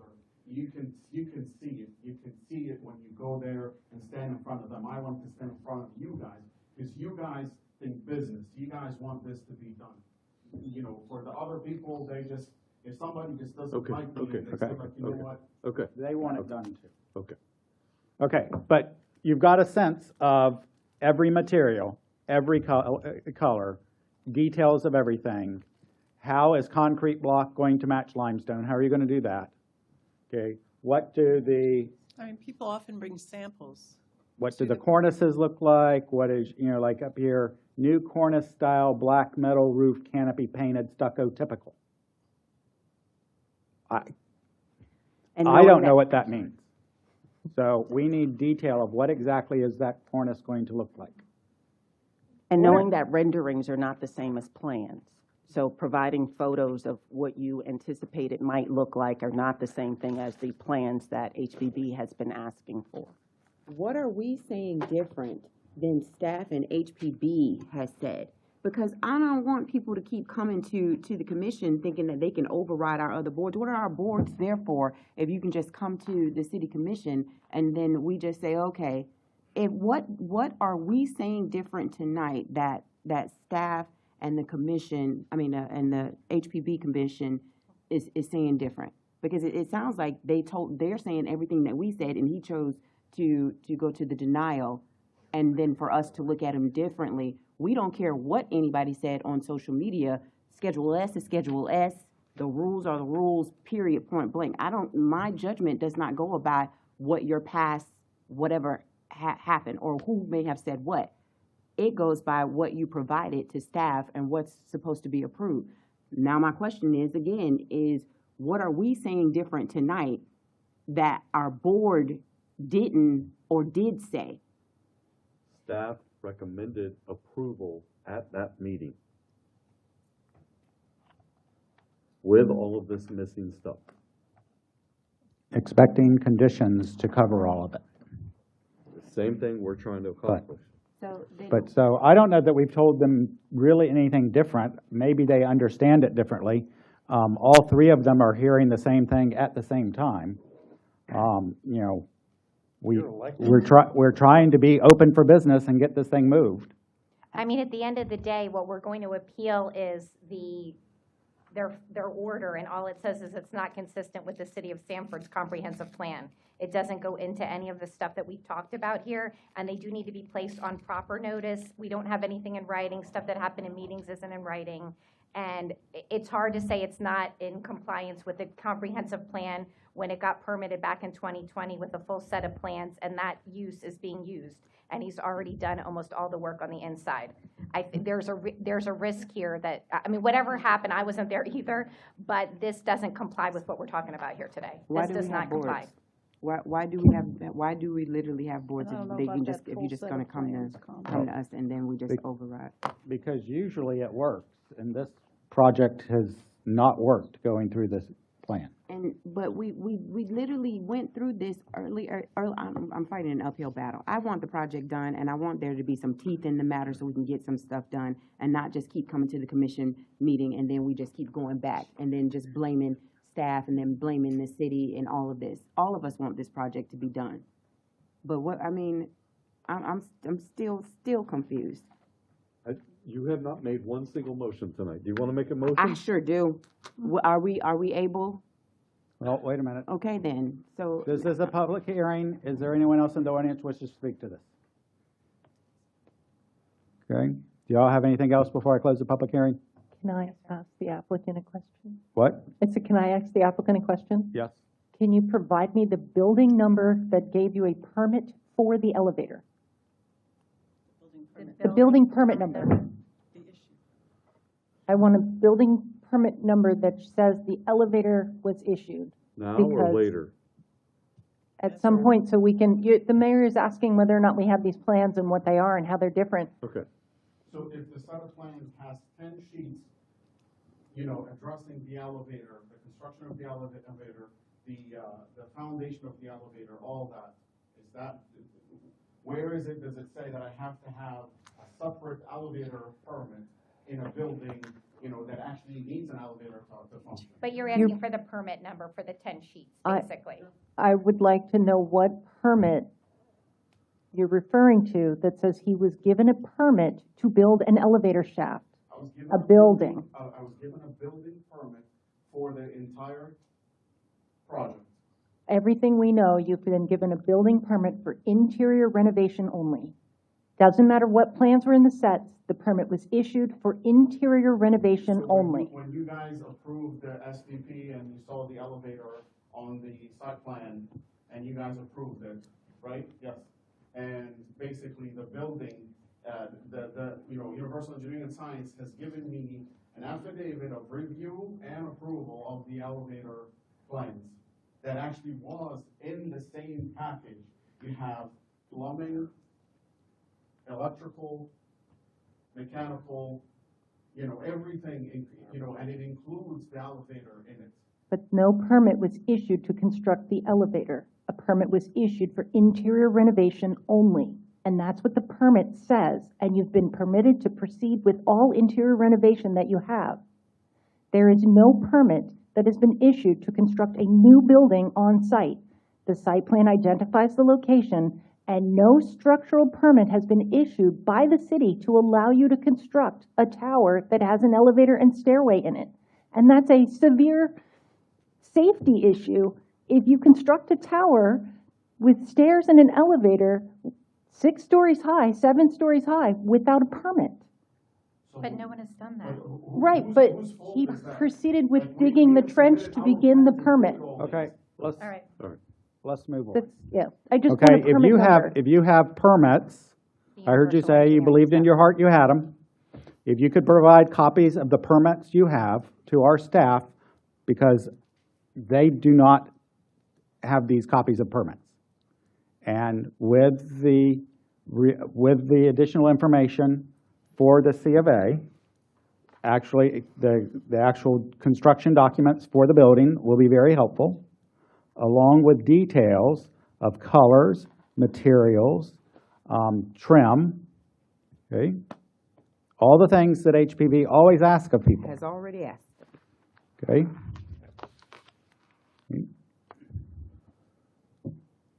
Okay, unless anyone else has anything to say, I'm going to go close the public hearing.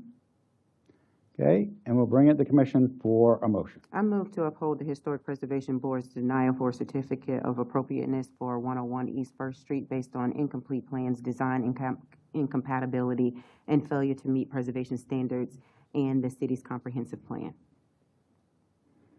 Is there a second? I sadly second. Discussion. I mean, I don't know why, I mean, denying it sends them back to HPB all over again anyway.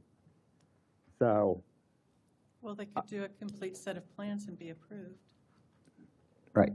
Or we can continue it and just bring it back here and do that.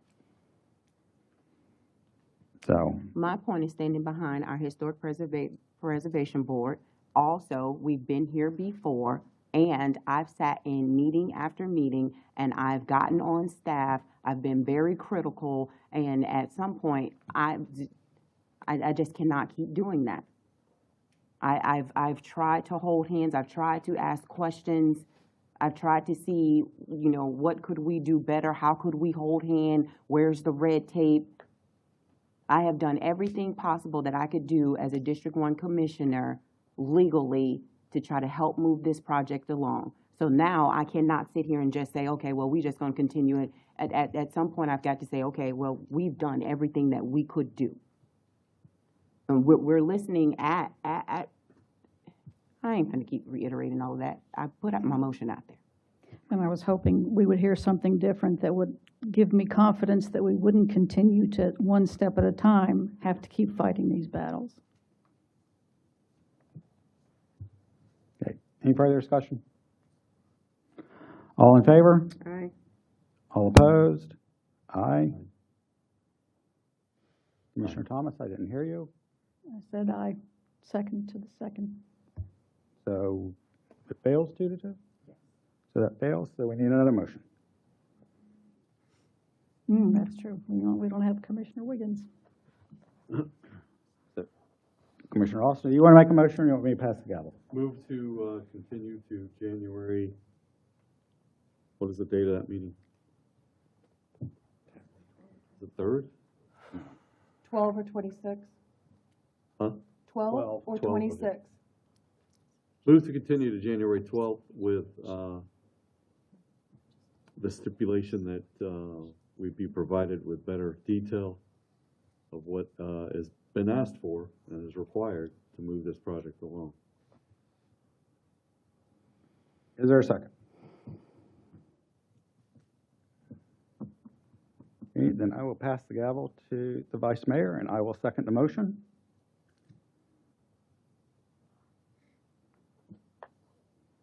All those in favor? Aye. Aye. Let's just get it done. Passes 4-0.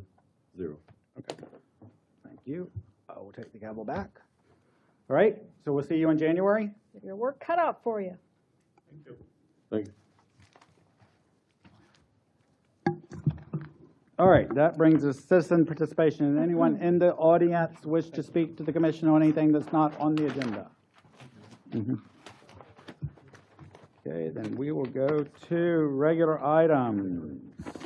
Approve the property purchase of property at 300 West 2nd Street. Yes, Mr. Mayor, members of the City Commission, City staff is requesting approval of the property purchase and the associated costs from partial identification numbers listed in your agenda memo at 300 West 2nd Street between the Sanford Community Redevelopment Agency and Christopher Pressler, Diana Kelly, Michael Pressler, Jeannie Pressler, and the Bellhop LLC, a Florida limited liability company, and a budget amendment within the CRA budget for $1,550,000 from improvements other than buildings to land. So this is a purchase of property using the remaining CRA funds, and I believe they have plans to do some parking lot and streetscape there. Questions or motion? Move to approve. Second. Motion and second. Any further discussion? All in favor? Aye. Aye. Any opposed? Passed unanimously. Procurement to Bright House Landscape. Yes, Mr. Mayor, members of the commission, city staff is requesting commission to approve the renewal procurement for landscape services to Brightview Landscape Services Incorporated in the amount of $418,390. Questions or motion? What, wait. I have questions about this. It's, Go ahead. Okay. while you're coming up, I'll go ahead and ask. Is this the current company we are using? Robert Bell, Parks and Rec. Yes, this is the current company. This is their annual renewal. Okay. Are we going to impress upon them of a higher standard of maintenance? Yes, staff is meeting with them on a regular basis. They're actually giving us weekly reports of their activities and where they're working. Okay. If we're going to have a contract with a company of this size, I want them to have some performance standards. Several issues over the years. Yes. And I just don't think that should happen, so. We agree. Okay. As a matter of fact, we're meeting with them at the end of the year to give them an end-of-year report. Okay. I've said my piece. I move to continue. Move to approve. A second. He was going to continue everything now. Was there a second? Yes, Okay. I did. All in favor? Aye. Aye. Any opposed? Passed unanimously. 2 fire rescues. Yes, Mr. Mayor, members of the commission, city staff is requesting approval to procurement of 2 new fire rescue ambulances from 10-8 Fire Safety. Funding is available in the budget in the amount of $796,908. Okay, I have a question. This, is this the full price? Or is this one of those where we come back later and have another payment? More than likely. Okay. That seems like a pretty good price. Inside and out? That's, It thanks is. to the chief's incredible negotiating. So 400,000 for a fully equipped rescue. Yeah. All right. The market already should came get down 3. that much? Well, it's not that big truck thing. Commissioner Thomas said she'll vote yes if she can drive it. Damn right. I see Move to approve. we didn't pay for the expedited processing though, did we? And I want a hat too. Move to approve. Second. Motion and second. Any further discussion? All in favor? Aye. Aye. Any opposed? Passed unanimously. Exxon Enterprise. Yes, Mr. Mayor, members of the city commission, staff is requesting city commission approval of the procurement of body camera and taser equipment, as well as VR taser system and services from Exxon Enterprise and implementation of Exxon Officer Safety Plan. The police department is requesting the amount of $437,766.80. Okay, and this is actually part of a 5-year contract. All in, motion or Move to question? approve. Second? Second. Any further discussion? All I in love favor? the Axon's VR training here, Chief. This is some good stuff. If they really train people to do it this way, I love it. All in favor? Aye. Aye. Any opposed? Passed unanimously. Change order for Corolla Engineering. Yes, Mr. Mayor, members of the city commission, city staff is requesting a change order for the purchase order, increasing the core engineering for services involved in the owner advisory service for the design and construction of the Sanford main water treatment plant improvements for the abatement of 1,4-dioxin and the PFAS in the water supply, and in the amount not to exceed $2,033,830. Move to approve. Second. Okay, and just to be clear, this money is coming from the grant from the state, not from our user fees. All right. All in favor? Aye. Any opposed? Passed unanimously. Northgate Limited. Yes, Mr. Mayor, members of the commission, city staff is requesting commission approval, procurement of services for Northgate Limited for the replacement of 4 transfer pumps and piping at the North water reclamation facility. Questions or motion? Move to approve. Second. A motion second, any further discussion? All in favor? Aye. Aye. Any opposed? Passed unanimously. Shelley Septic.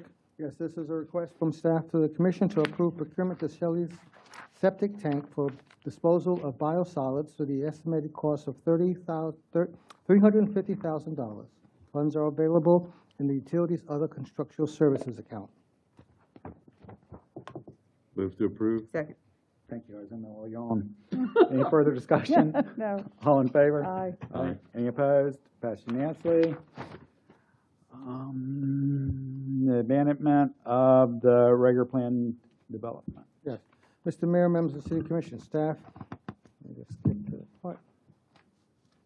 It's recommended the City Commission approve the development order granting the request of the property owner to extend the DO, the PD. I have a request from Mr. Riley, or do you want to go first? Okay, go ahead. Good evening. We purchased this property. It had a PD that wasn't completed, so what we're asking is to remove the PD. And in addition to the RC1, we'd like to keep 402 Celery listed as automotive since there's a tire shop in there. We'd like to add outside storage behind the fences on the parcels. Okay, we can't do what he just asked in this motion, can we? No. A little Just extra told the there. staff we could. Two.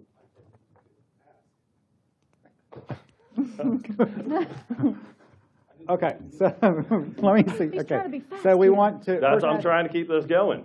Okay, so we want to remove the PD. Okay, so Which- I'll give a little On the history. conditions of this Okay. is approved. Right, so the applicant took over a property that had a PD on it. The history on the PD was when we did the Georgetown rezone, this property had uses that were inconsistent with the restricted commercial zoning. Those uses were permitted to stay, subject to the property owner at the time getting a plan development. That plan development was approved and sits on the property at this time. The plan development did have a caveat in it that said we could rescind the PD if it went vacant for 6 months or more, which at points in time it has. So the applicant had the opportunity to either go back through the PD rezone to amend it for whatever they needed it to be for their new business moving in, or do the rescission back to RC1. They've been advised that the RC1, what the uses are permitted in the RC1 zoning, which do not include the automotive uses and other related uses like warehouse and things like that. So in order to rescind the PD to go to RC1, staff has no objection, but But the uses he wants don't fit in RC1. correct. Okay. So in order to So the- maintain it, he'd How have does to he get the uses he wants? to update the PD and do the site improvements on the site with the proper permit. That sounds like a whole lot. We've been at this for 11 months, being told multiple different things by multiple different people in planning and zoning. We've done it. We wrote a $3,000 check. We've had multiple people not return emails. Adam's the only one that actually gave us a list of steps to do. We completed them all, and at the end they go, "You don't need to do that. Go before the commission." This is where I stand here. How we get this done? How, because This property is surrounded by property that matches it. There's properties that are warehouses, there's properties that are fenced in, there's properties that allow outside storage next to it, and there's automotive across the street from it. In the same zoning. Just trying to fit in the neighborhood. How do we? Or make we can this go back to easy? 7 years of abandonment. How do we make this easy, Eileen? Legally, how do we make this easy? He can return to RC1, do retail and office and whatever related uses are allowed in the RC1, and do the appropriate site plan to fix the parking and such that have gone. But but we just said that it was already. I don't speak the language. Okay, the plan development is in place, but it's been vacant, and the uses. The plan development was put in on the previous owners. Hold on, give me one But- second. Give me 1 second. Yep. Finish. Okay. No, it's fine. The plan development, he is correct. The plan development was a request of the previous owner in order to maintain the uses in lieu of being rezoned to RC1 with the rest of that block for the Georgetown rezone. When we went through, if you recall, 10, 15 years ago, we went through and rezoned everything in there along Sanford Avenue to be neighborhood compliant with the then rezoned to SR1, all the residential behind it. So Georgetown took us a long time. We got the historic designations and everything. And now this property falls in a PD that the previous owner established for himself to maintain his uses, so we did not do a taking. However, he no longer is the owner, and this is the new owner. What? Go ahead. No, go ahead. Well, I guess my question is, what you should make clear with the owner is, what uses is he looking to obtain on the property? Because that's where staff's absolutely, I can confusion has answer that. been in how we direct him, because we've asked for uses, and although I have not had direct workings with You Ms. wouldn't come out of Brierly, your I office have, when I came in. unfortunately, I have a Okay. busy schedule. However, I have had staff work with him, and they've kept me up to date on the project. So, So there's two uses. We're a retail store, and we also provide service, and we have an office. That's exactly that's what I want to move into 1123 on the property. There's 4 parcels, 2 parking lots, 2 buildings. On 402, I'd like to keep the automotive due to the fact that 7 months ago, the city of Sanford issued a business license. We went through all departments, issued a business license for automotive, and now planning is telling me that we have to take that away, that it wasn't issued properly. So, yeah, so that's how that went. So he's moved in, he's running, and I said, sorry, the PD wasn't completed, your new owners, you need to tell them to leave. Verbatim, I'm not making it up, and this is where I sit. So I'd like to grandfather the automotive in on that, and I'd like to be able to open for retail. And I'd also like to have storage behind the fence. Lindsay, is that legally allowed? What are the, And the business license and permitting are 2 separate things, and the issuance of the business license does not, I've had Darren from Planning and Zoning, does and I've not, had Tony if Romano. I can finish, the business license doesn't supersede the permitting issue, but no, legally what is being sought is not feasible. Eileen, if there's some suggestion that you can offer to get him to where he wants to be. let me ask you a question. What uses are allowed in the PD? Rental car, office, retail, dog kennel. yeah, the warehouse that's there now, Mr. Rader, who was there, Yeah, Mr. he was- Rader had the, he used to do floats for Yeah. big parades and stuff. It's allowed to do warehousing, and he is allowed to do retail and office, which would be permitted in the underlying land use as well as the zoning. The back building is allowed for the tire uses. The site does need to be brought up to code, and no outdoor storage is permitted, and he's seeking outdoor storage. So what we said was amend the PD, which really isn't something that is permittable. I don't really know how we would do it because it's inconsistent with the underlying land use, but he's pursuing outdoor storage. Then why would we offer her to amend the PD then? We did. But if you're saying, why would, if you're saying, An applicant has a right to ask. That's why. I can't say, no, you cannot ask. Okay, so, We've advised what he can and cannot do. so outdoor storage is completely not allowed because of the underlying, Neighborhood commercial. So the way Wait. it's, okay, go ahead.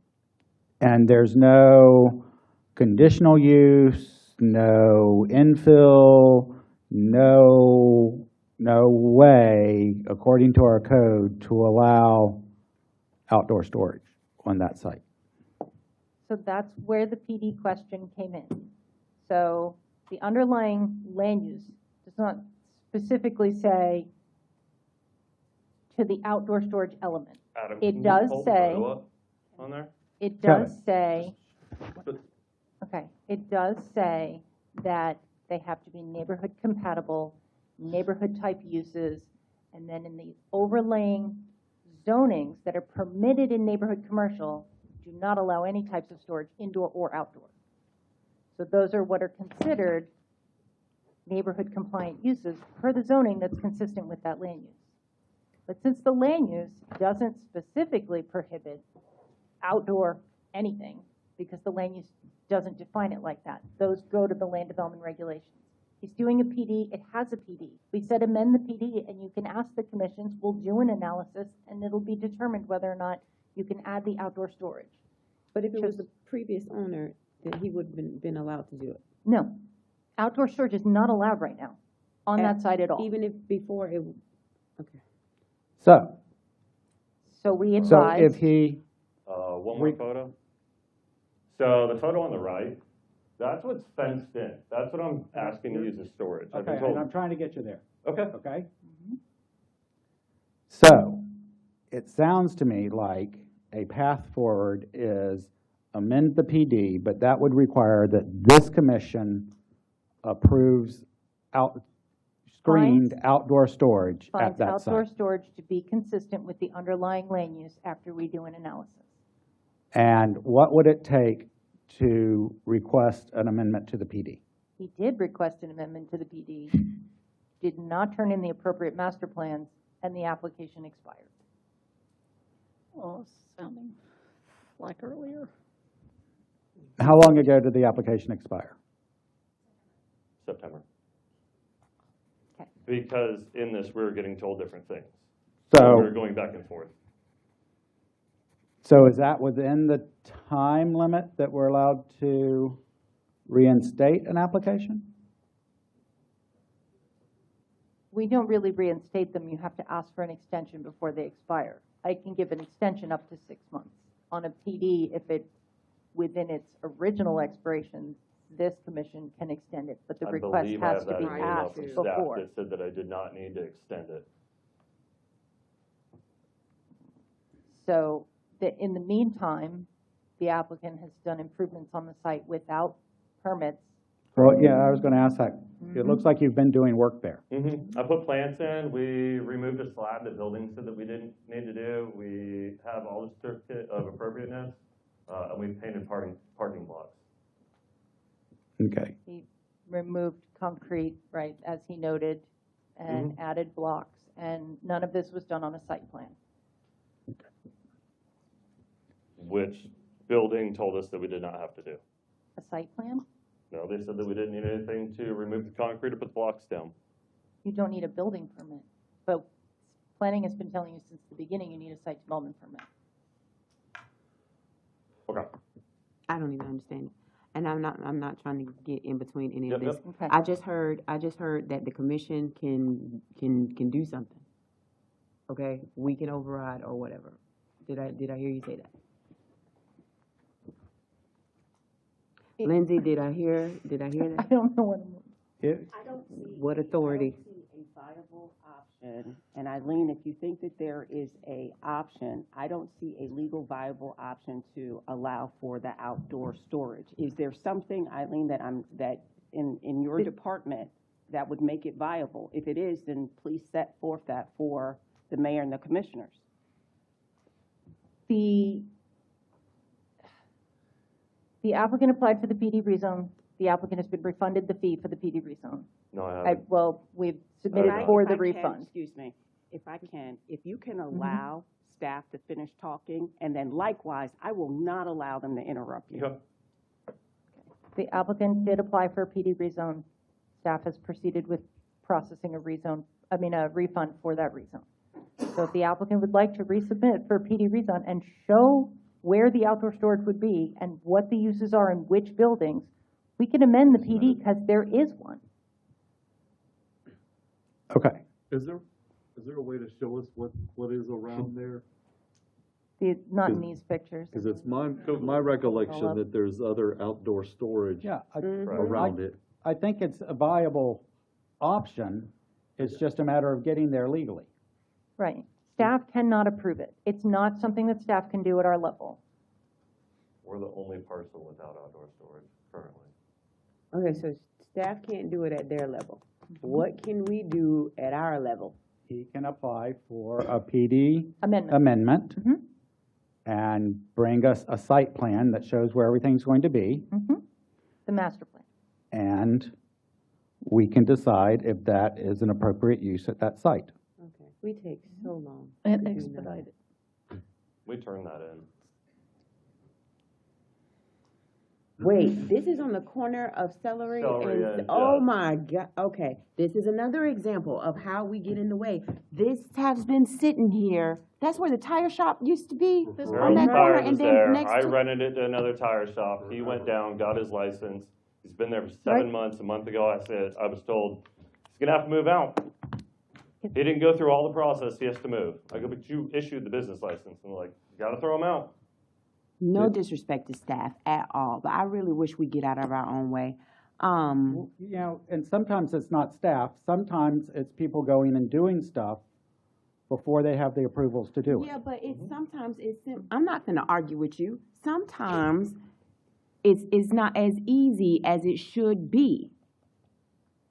I think there's definitely an issue with infill in Sanford. I don't think the rules or the way that it is, it holds it to the standard of a brand new building, which makes it very difficult. The zoning, I don't think a lot of people understand.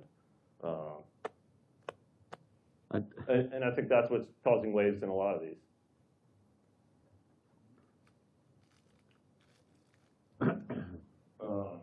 Well, I don't have a can we, pointer, can reinstate the PD amendment application and provide the site plan that you say you already have?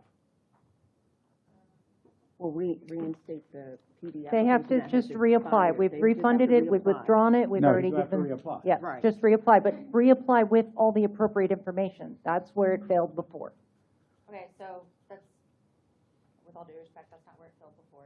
You got it, ma'am, you got to so- tell your name and all of Oh, that. Kelsey Brierly. What failed before is that we were initially told that we would have to do a PD amendment.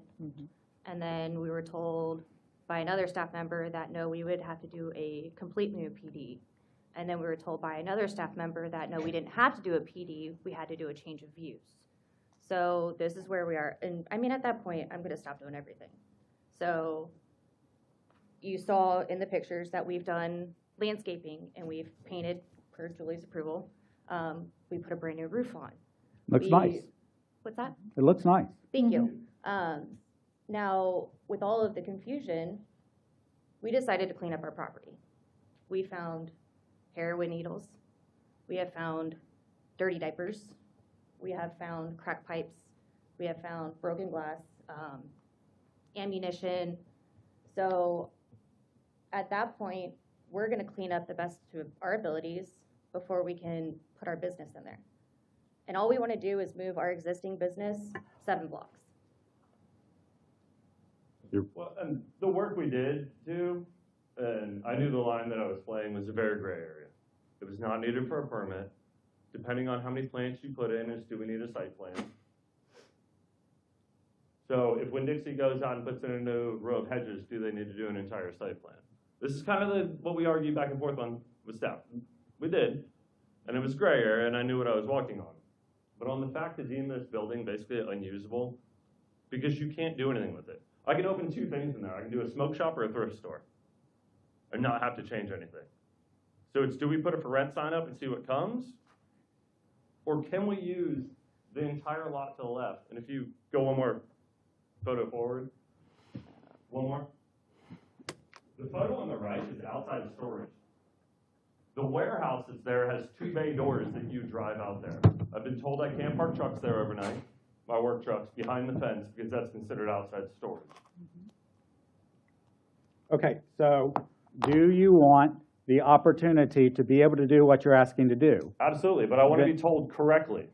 Okay, want well, I one think it's list, pretty one well on the vote. record that it's a PD amendment application with a site plan, master plan that shows where everything's going to be. Meeting the standards of a master plan that are laid out in the articles in the LDR. They're step-by-step, that was just approved by this commission in February, and it has everything that's supposed to be in master plan. If there's any questions, then, we can answer those questions. Once that information is submitted, we do a round of comments, we tell you what's missing, what's wrong, what's right, and then we go from there. Oh my God. That's so difficult. April, maybe?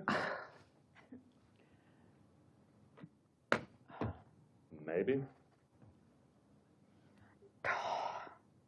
So again, just to be able to park trucks behind our gate that are all tagged, all insured, that move every single day. We have to spend. And the original site plan was turned into you guys. Yeah, thousands more. That had all 4 parcels, had property lines, fence lines, parking spots, curbs, drainage, had everything. And then you guys told us to shift gears again, and we did.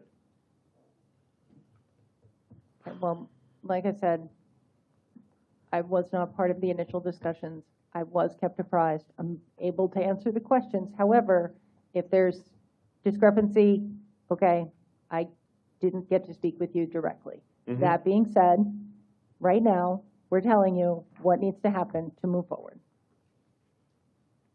Okay. See, this is what this is what I don't like and what I don't understand. And I can't worry about hurting nobody's feelings. They shouldn't have to come to the commission to go through all of this. All of this back and forth is costing them money. To submit new stuff is costing them money. If we know that there's a way that we could get to this to make them successful, to make Sanford successful, then we should be able to do this without having to do all of this. I don't understand. It seems like right now we're going to be able to find a way to get from A to B. Why the devil do we always have to come here to get that done? That's what's so frustrating to me. Okay, well, then we need to change the code to allow staff to approve whatever staff wants to approve. Well, you're the mayor. Rather than following the code. Well, hold I mean, that's, we've set the code and said what they can and can't do and what has to be done and not done. If we want to allow people to just do without having to go through the steps, then we have the power to change that But code. the steps are never clearly laid out, Art, and that's what has been the problem from all of the business owners who have complained. It's never clearly laid out. You get one area of somebody saying that you need to do this. You bring it back, they say you need to do this. I've said it I don't know how many times. Tell me how I get from A to Z. Instead of you just saying, well, you got A and B, and then come back, you bring B, then you got to go C, then you got to go D. I've said that 1,000,000 times. It's simple. We make it hard. I'm sick of being brought to the table when we don't have to be brought to the table.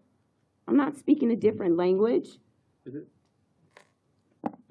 Am I crazy, or are both of these examples tonight of what the ombudsman is supposed to be doing? Telling you. Just thinking that very thing is, I wonder where Why this are we would not fit into this utilizing study. Is this an example of what we're trying to fix? Yeah. Or an example of what's been improved? Is that role not being utilized? Did we create I a don't know if she role was involved in this, but she was Who was that? involved with, well, the Wells Fargo building, wasn't she? Yeah, she's tried. Who? That's That's different. totally different. Amy We might all know. tried. She came in at the end, This one should be and she said, you won't easier. believe this. And now I'm here. She did. She was very pleasant to talk to, nice, but You're a goalpost very changed patient again. man, too. And you're patient, too. So what do you want us to do? I don't know, I was told to come here and ask. So I sat here since 5 o'clock to ask. I mean, I don't know why your staff tells you to come, tell people to come ask you guys if you guys have no authority on doing it. We do, if you make the application for a PD amendment. That would have been great if that was told before I got here. I mean, that's... Okay, we're just going back and forth. Absolutely. We've got all night to argue and complain and talk about what staff did or didn't do. Well, maybe you should know what your staff does, Art. I mean, I try and keep it off social media. I try and keep it in closed doors to try to talk to people. I email people within the city. I emailed Carrie Wiggins, Patrick Austin, and Sheena. And Patrick Austin responded, I'll look into it. This was months ago. I've had one of your employees stalk our building and take photos over the last 6 weeks, send it into code enforcement, out of his way from where he lives. It's been pretty creepy. It's been brought up. And I'm not using the word stalk lightly. Personal vehicle, driving by before work, driving by on Saturdays and Sundays with his kids in the car, taking photos of it, sending it to code enforcement. It's pretty creepy. Pretty hard to open up a business in this town. And that's from your planning and zoning staff that I'm getting different answers from. I'm sick of fighting every battle. I'm tired of fighting every battle. District 1 is a battle all itself. And every week, I'm sitting here fighting a battle, meeting one business. My phone never stops. Emails never stop. I'm tired of it. Okay, somebody make a motion, because we're going to be here all night not doing anything. Well, you're the one that caused this crap. I mean, we've got a path forward, or we can rescind the PD, which means he still can't do what he wants to do, and then he'd have to do a rezone rather than amendment to the But PD. once he loses the Or PD. we can leave the PD as it is. Yeah, if you remove the PD, he won't be able to go backwards. The only reason that So it's if we in remove place. the PD, I have to ask the tire people to leave, or I have to evict them, even though they have a current lease and an occupational license that you guys issued. So I'm just trying to be You're very careful that if pursuing- I end this PD, I have to go evict somebody. Sir, I want to be clear, yes. Okay, Because then I it is cannot not- ask, this Let guy me- put if 7 I- months if- of his savings in here, I Hello? can't ask him to do that. Okay, you talk, go ahead. No, I mean, No. I just want to know. No, you don't want to know, because you're Okay. talking over me. Okay. So the business license does not oversee the issue of the PD. So what I recommend, and I'm sensitive to what's been expressed here on the dais, what I recommend is doing the amendment to the PD and going through that process. Okay, How long will that take? If he submits a valid master plan, it shouldn't take long. The original submittal we got was just the plan that was approved as a site plan back in the 90s or whatever. Or early 2000s maybe. But it was the 2019. site plan. There was a site plan that was approved for the site, not a master plan. Listen, so when you say not long, what does that mean for him? Well, we can't do it in less than 90 days. Right, we can't do it in less than 90 days. With the advertisements and the hearings, the way they line up, it's 90 days. And I have to find somebody to do a master plan between now, Thanksgiving, Christmas. So we're literally talking 6 months at soonest. I don't think necessarily going from 90 days to 6 months. I mean, to get somebody to do I don't know. Okay. I just asked so that you have some No. idea as to what the time period is. So you've been told that if you can't have any submit kind of what it is you're special required to submit, then you're looking at 90. It's 90 days once they Go ahead, have you it. talk. It's 90 days once they have it. But I'm saying it's probably going to take me another 90 days to have somebody come up with a site plan through the holidays. And then by the time it goes to them, it would be another 90 days. So Okay. at that point, it would be 6 months total. Mm-hmm. And y'all know that's what it's gonna be. But we can't amend the master plan without a replacement master plan. We're kind of at a crossroads here. No, I see it. And that's what originally was required with the first application. And what we received was a previously approved site plan, not a master plan. Right, we didn't submit the master plan because we were told, again, we didn't need it because we needed to do something else instead, and then something else instead. So none of what was required originally to be submitted was submitted because the information kept changing. So I have 11 months of emails, and not one of them states master plan. I'm not gonna spend, thousands of dollars on a master plan and an engineer and an architect to go over all these plans and sign and seal them to be told I don't need it. So at a certain point, how far do you want me to go if someone's just gonna tell me, oh, no, you don't need nothing? You need something different. But wait, I actually don't need that, I need something different, and now we're back to the beginning of, we need this again. So can we, I guess what we can figure out to move this forward is, can we get an email in writing? Because I've requested from 4 employees emails. Adam was the only one that actually came back with a list. If you need this, this, this, this. We did all 7 steps and we're here with it. So that apparently wasn't the right track.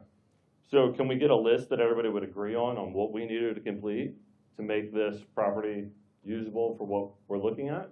And then if we complete that list, it would be usable?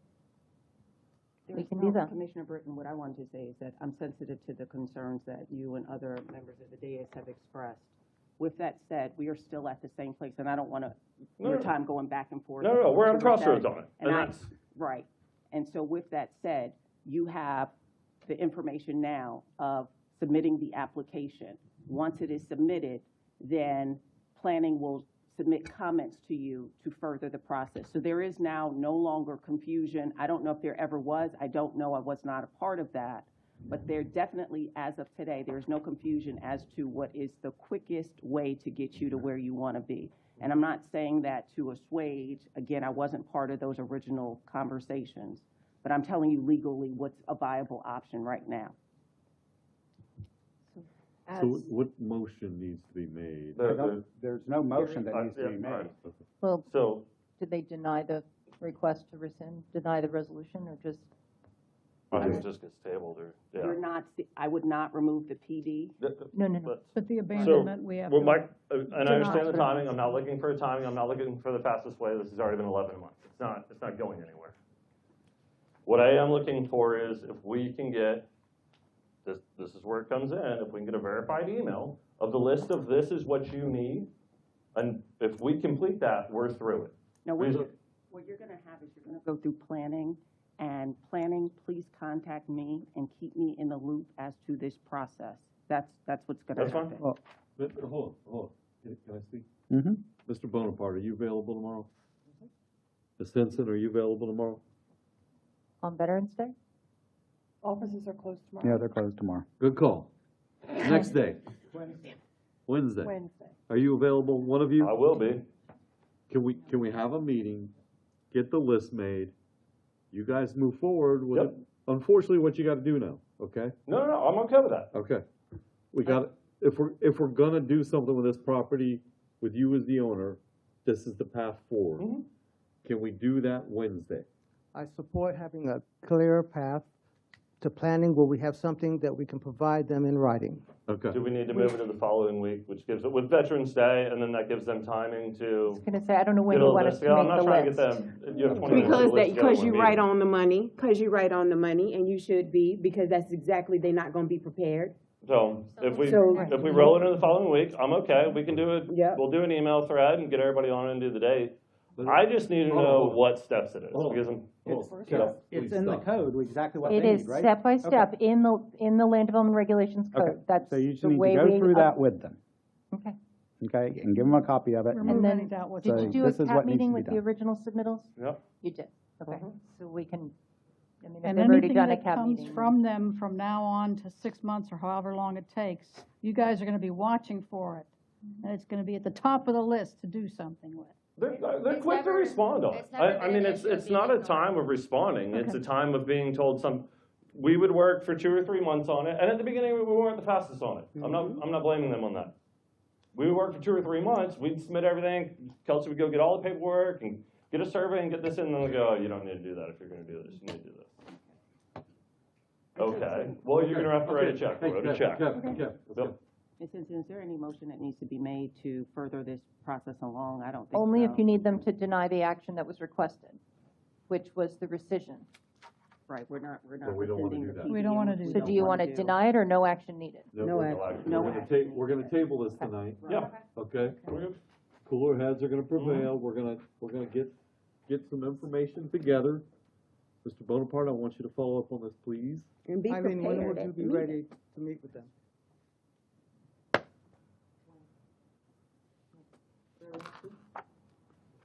I don't know how many meetings I've sat at with the city manager and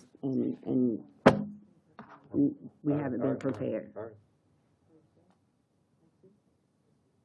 We'll be fine by early next week. We do want enough time to be able to take the code and break it down and step by step what's already written in there, but make it so that it's fully understandable, the pieces that are needed. Okay, I'm asking you then to set up the meeting with them, include myself, when your staff is ready to meet with them and give them that step-by-step.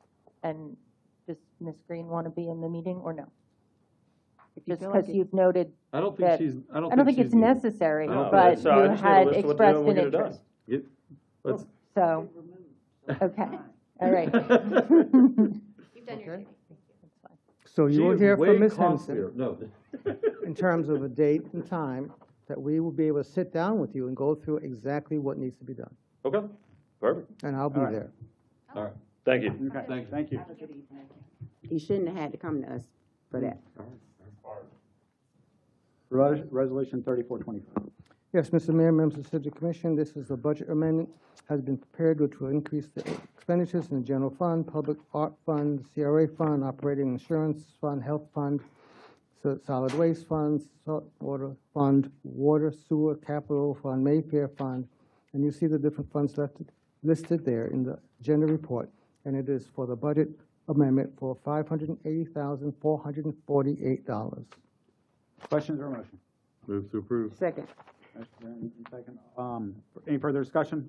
All in favor? Aye. Aye. Any opposed? Passed unanimously. Resolution 3426. Yes, Mr. Mayor, members of the City Commission, the city staff is requesting that staff be allowed to have the joint planning agreement between Seminole County and the city of Sanford. It has reached its expiration date, and we'd like additional 5 years to allow staff the time to modify the regulatory framework while continuing to benefit from its guiding principles. Any questions or motion? Is this needed?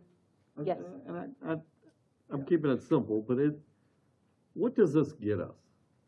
It continues the elements that are in the joint planning agreement, because right now it has expired. Okay. So we are going to extend it from date of expiration for 5 years to allow us to work with Seminole County. We've had some issues setting up meetings in the past because of their staff overturns, but now we've got a committee. Adam and Darren have been working with their planning staff to make progress. We've got boundaries laid out, the new Lake Mary Boulevard corridor studies, the language is being drafted, so we are moving forward. But if we allow the joint planning agreement to lapse, there's all kinds of things such as utility boundaries and annexation requirements and elements of consistent design and things like that that would no longer be enforceable if someone were to come and tell the city that they want a PD that was non-compliant with something. So this joint planning agreement is important to have in place. It has seemed like a giant waste of time to me. And to me too. I haven't seen much progress out of joint planning with the county. That's just my opinion. A lot of what you mentioned is to be blamed, but if we're gonna move forward with this, I want to see some progress. Otherwise, it seems like it's just bureaucratic. I would say that 20 years ago, the JPA was very, very important for everything we did. Exactly. I think the things we are trying to get into the new JPA will be equally important. Okay, all right. But I asked about this earlier, though, unless if it's just two totally different things, when I was asking for clarification on the JPA when the Midway Coalition was asking about all of that, and we were saying that it wasn't needed and all of the people were brought to the table. Now it's necessary? The component that you were asking for was something that was agreed upon in that JPA, that the county could do a study and the city would support it. Mm-hmm. That one's in the county property. The county also was part of the joint planning agreement when we did the Lake Mary Boulevard corridor study, which has yielded an agreement that was adopted by this commission, Seminole County's Board of County Commissioners, and the airport. And those now have the standards that we have been adhering to for the Lake Mary Boulevard corridor, because it affects the airport, it affects the county, it affects us. Those elements are not in the JPA yet. They are only the self-standing report that we've all adopted separately. It should be embedded in the JPA as well as our land development regulations, which we have under zoning in progress for us to bring to you soon. So the results of the study are going to be implemented into this if we approve this? That's the goal, yes. Okay. All right. I swear I asked for this before I had to even get into it with Mr. Green. This is what's frustrating me. I asked about all so I wouldn't be arguing back and forth with the Midway Coalition. Now it's needed. It's just unnecessary work. Go ahead. Move to approve. Second. All in favor? Aye. Aye. Any opposed? Passed unanimously. Lake to Lake Regional Trail. Yes, Mr. Mayor, members of the City Commission, city staff is requesting and recommending that the City Commission approve Resolution 3427 in support of the Lake to Lake Trail system. Questions or motion? Move to approve. Motion second. Any further discussion? All in favor? Aye. Aye. Any opposed? Passed unanimously. Resolution 3428. Yes, Mr. Mayor, members of the City Commission, city staff is requesting Commission approve Resolution 3428 for a budget amendment to reallocate funds received from the PFAS class action settlement in the amount of $555,115. Questions or motion? In the original October 13th, the amount was 369,093. I think that was a separate settlement. That was a separate check. Okay. So this is just another draw from that big fat loan. There Okay. are multiple, there'll be multiple checks from Gotcha. different companies or different parts of the lawsuit. Wonder if So there's a we're way not, we can I don't, we're not clarify that. done, right? No. This isn't the last one yet. No, well, there's a lot more. We've got more coming. Okay. Is this going towards the new plant? Is this, Going toward addressing. I'm sorry? Yeah. All right, move to approve. We have a second? Second. All in favor? Aye. Aye. Any opposed? Passed unanimously. Resolution 3429. Yes, Mr. Mayor, members of the commission, the city staff is requesting commission approval of Resolution 3429 relating to the project entitled Construction of Ultraviolet Light Advanced Oxidation Process with Granular Activated Carbon to remove pre- and polycrystalline substances 1,4-dioxin and other triglycerides from drinking water prior to distribution. The project will be referred to as the 1,4-dioxin abatement project. What, can I ask a question? Yeah. Is this, does this allow us to use the well that we had to close? Or is that even needed? Mr. Jones? I thought we quit using the well that was out there, oh goodness, by Bentley. Mm-mm. Yeah. No. Huh? We had stopped briefly, and now we have reduced use of it. Okay. Well, But it is in the rotation. We only reduced it, right, we just reduced the use. But will this allow us to use it fully? Yeah. Move to approve. Second. Any further discussion? All in favor? Aye. Aye. Any opposed? Passed unanimously. Resolution 3430. Yes, Mr. Mayor, members of the City Commission, city staff is requesting commission approval budget amendment and resolution 3430 relating to the project entitled Construction of the Ultraviolet Light Oxidation Process, Granular Activation, as you had seen earlier, and this is the same one. Looks the same. Move to approve. My Yeah, mistake. this is where it gets tough because they all look the same. The only question on this one was, it says, except FDEP shall require the city reimburse FDEP in an amount not to exceed 24K. That amount was 19, so now the not to exceed has increased, but that's their numbers, not ours.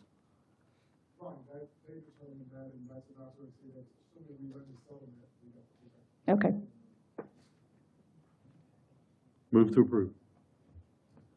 Second. Motion second. Any further discussion?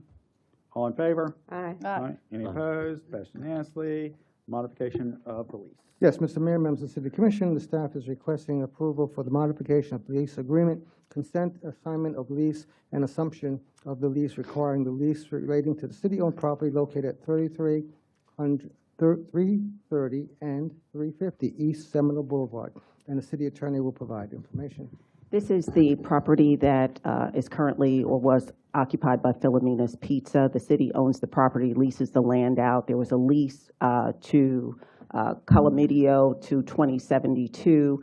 There is a proposed buyer of that property, of the lease, taking over the lease from Calamidio. The expected closing is on December 8th. These agreements which are attached are for your approval, but they will not be signed and turned over until, in fact, there is a closing on December 8th, assuming, in fact, that it does go forward. Are we allowed to know what the usage would be? More pizza. In the agreement, the tenant has the right to sublease. We don't have final say as to what that subleaser will be as part of the agreement. The other terms do continue with regard to the rent, et cetera. So I'm thinking of some things that could be subleased for, that I don't think we want on the Riverwalk. I know. Is Eileen still here? Miss Henson? Like a small- Miss Henson? Eileen? you know off the top of your head, the zoning for the Riverwalk building? And what is allowed and not allowed there?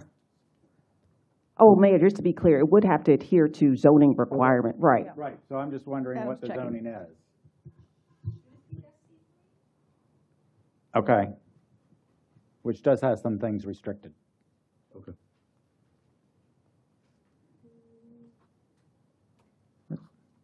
That was a good question. Thank you. But as the landowner, we don't have any say once we do a lease? No, not in the, this is a continuation from the original language that was entered. Mind you, the lease has turned hands 2, if not 3 times. Right. And so that original language is still in there. I will look to see if there are any restrictions at all with regard to the sublease, but it is continuing on that original language. Okay. All right, move to approve. Are we waiting to Well, I wanted find to- out? Is it SC3? Oh, okay. SC3?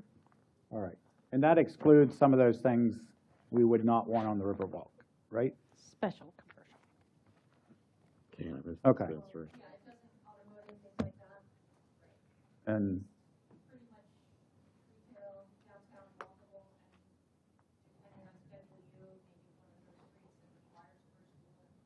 okay. What?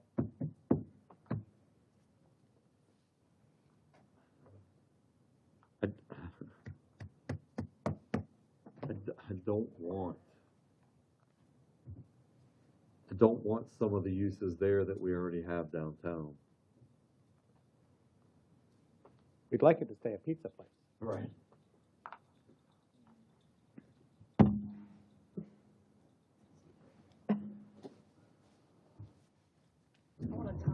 I have only returned Indian because I know the restaurant. clerk's office gets upset if I'm not near the microphone. Yes, I do. So I'm just gonna put it out there. It is what it is. Smoke shop, Retail sales. cannabis, dispensary. That's a pharmacy, if it's a true cannabis dispensary. Now, if it's one of those Dr. Feelgoods that hits the loophole, it's just retail sales. Dollar Tree. Retail sales. Yeah, I don't like this. I just don't. Do you think we would be able to give approval to some restrictions Am I wrong? of uses? It's your district. I agree. But if it's Dollar Tree, I'm gonna be in it. I know, I will too. I'm just saying. Mayor, Craig Radzak, Assistant City Manager. Miss Lindsay and I have been working close on this. The previous lease, and I didn't get to review the materials, but this commission in the previous lease, you got to approve subleases as well. Okay. So maybe we should add that into the documents to be signed, that you approve the subleases as well? Because when Calamito did it before, you all, this body, had to Right, but approve that the still sublease. doesn't, I mean, the overall fee could put whatever they want in. Well, it's SC3, yes. It's SC3. Bail bondsman. But still, you would approve the sublease leasee, though. I can You need to raise go that. home. I had- Again, it's I not know being this signed is- until the closing goes through, so that gives us time if I can negotiate that with the potential buyers and also go back to the original agreement just to confirm whether in fact you have that authority or not, so I can simply confirm that. Okay. So should we continue this? I would go ahead and approve the agreement. Again, you're not gonna sign it until there's a closing, and that gives us time to tweak it. And that is also included in the agenda item, that you have the option to make any alterations prior to it being signed at the closing. Deal. Move to approve. Second. All in favor? Aye. Aye. Any opposed? That's unanimous. Okay. City attorney comments. You were going to share with us Yes. something about the mediation.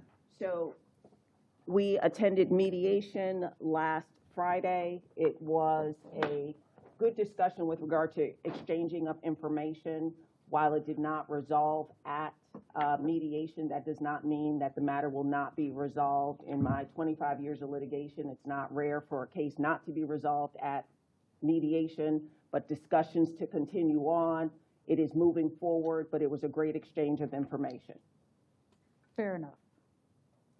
I'm sorry, mediation for what? For the 1,4-dioxane. 1,4-dioxane. Okay. Different from what we spoke about earlier. Yes. Okay. Moving along as expected. Moving along as expected. And I have no further comment. Okay.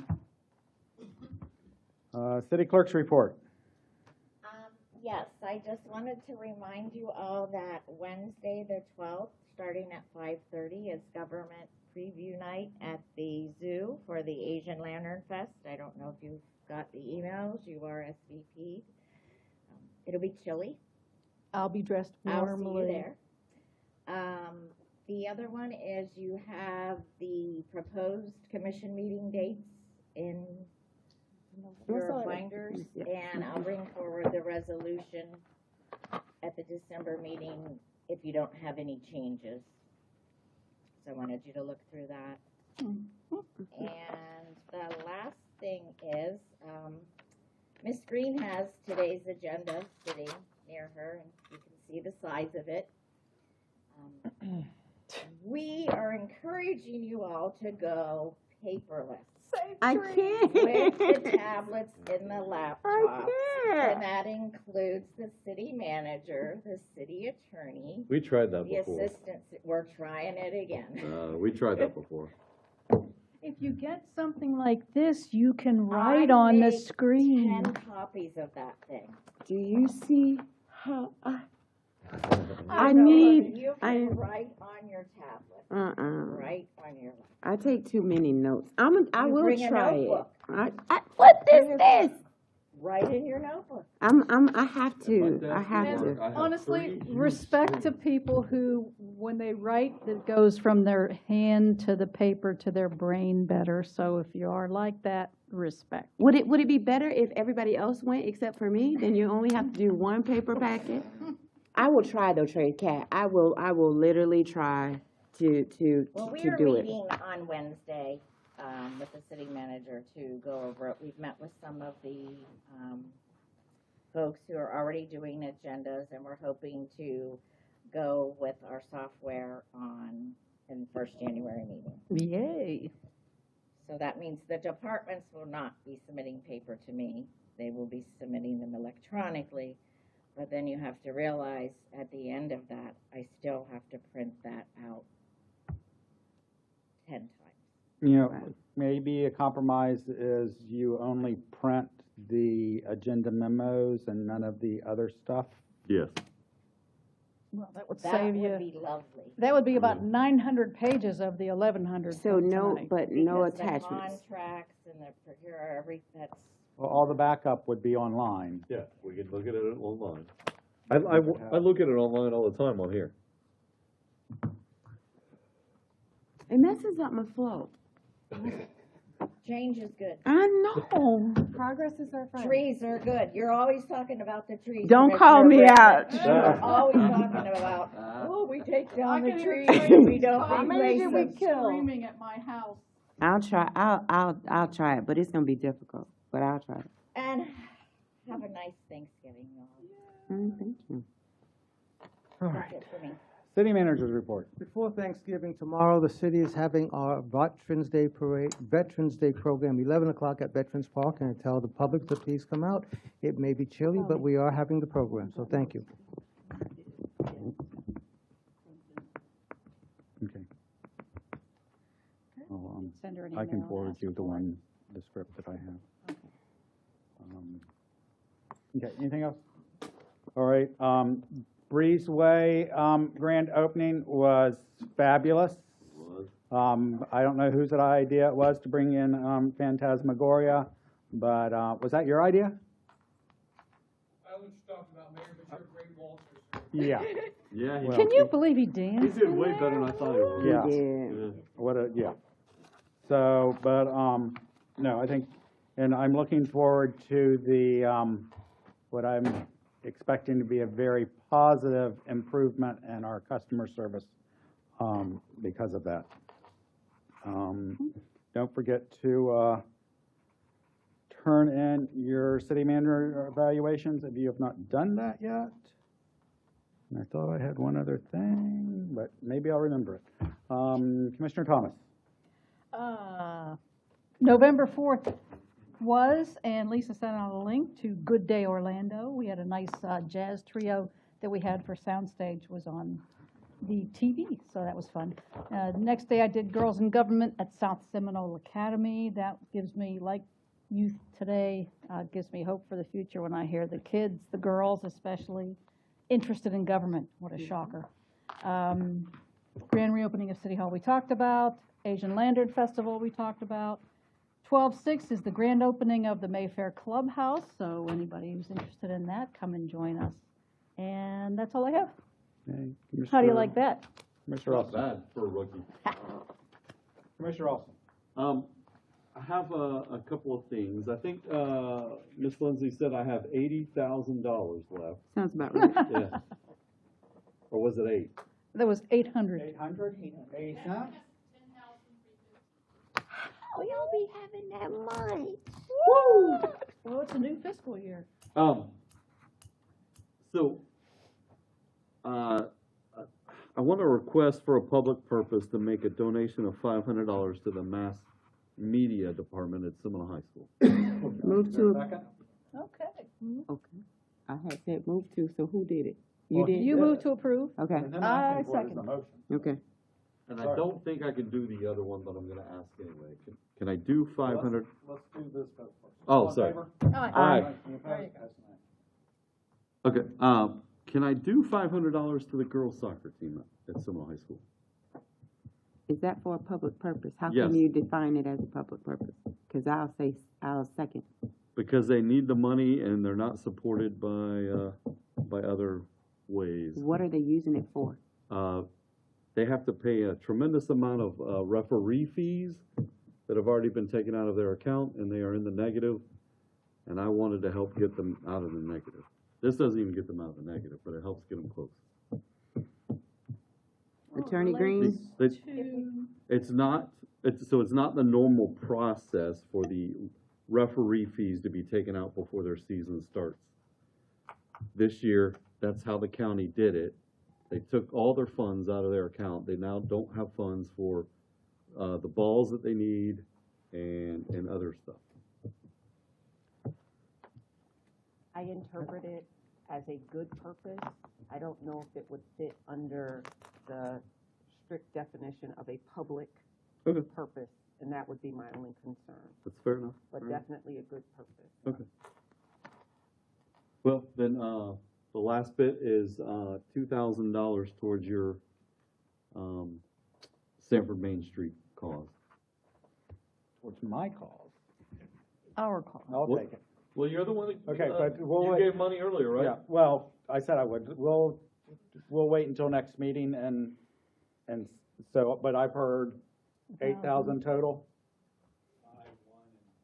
Right. Yeah, so 8,000 total That gets us for close. you to work with. But we make a motion on that next meeting. And 10,000 from Commissioner Wiggins. All right, thank you. Anything else? And kudos to everybody involved with the grand reopening. Tony, I gave you a world of grief over the last 16 years. The project was going on, but it turned out fabulous, and you're now in charge of all construction projects henceforth. Speaking of projects. And kudos to the Public Art Commission. That sign is amazing. the sign's beautiful. I love that. And they will pressure Can we wash the pressure rest wash of the the building? wall. Oh, yeah. Okay. Can we fix that? Or soft wash it probably? Okay. Good. All right. I'm done. Thank you. All right, Commissioner Britton. First things first, Cindy, did you find out how much I did last year? 1,500, okay. So this year I would like to do $2,000 for a public purpose for the Jasmine's Jubilee held by SAO. They are the same promoters that do Juneteenth and the Autumn Festival, and they will be having Jasmine's, and that will be going towards the stage and city costs of the rental of Tui Park. For a second. What's the date on that? And I second. Second. I think it's December 8th. I gotta All in remember. favor? Aye. Everybody has already said it, but I'm gonna say it again. I was so impressed by, the grand opening. I was so impressed by the ceremony, and when I got the scissors, Tony, I literally cried. It is so important to me, that I leave a legacy here, and when I saw my father's name on those scissors, it did something to me. My father is no longer here, but he worked for the city of Sanford for 30 years, and it just touched my heart. So I want to say thank you from the bottom of my heart. I was not expecting that. Those scissors are in my Christmas tree right now. Jeez, can it hold them? They're That's heavy. just how much. Claudia, I will be joining you tomorrow Excellent. at the, Is that threat? Yes. at the ceremony. But I heard that it's going to be really cold, and I don't know how we're going to deal with that, Lisa, with the wind and stuff out there, because it's supposed to be 40-something in the morning. I heard And Jerry is gonna hold heaters right in front of you. Yes, ma'am, it's Yeah. going to be brisk, dress warm is about all we can say. And make your I'm speech Parks and short, Rec, so Miss that was it. Thomas. I'm gonna borrow Krista's toque. There is a reception inside of Parks and Rec for our speakers and elected officials, so come in and we'll get you warmed up before we take you out. Okay, that sounds And I good have to it me. on good authority, we have some hand warmers. Okay. All right. It's not gonna be that cold. That completes the District 1 report. Okay, if that is all, then we are adjourned.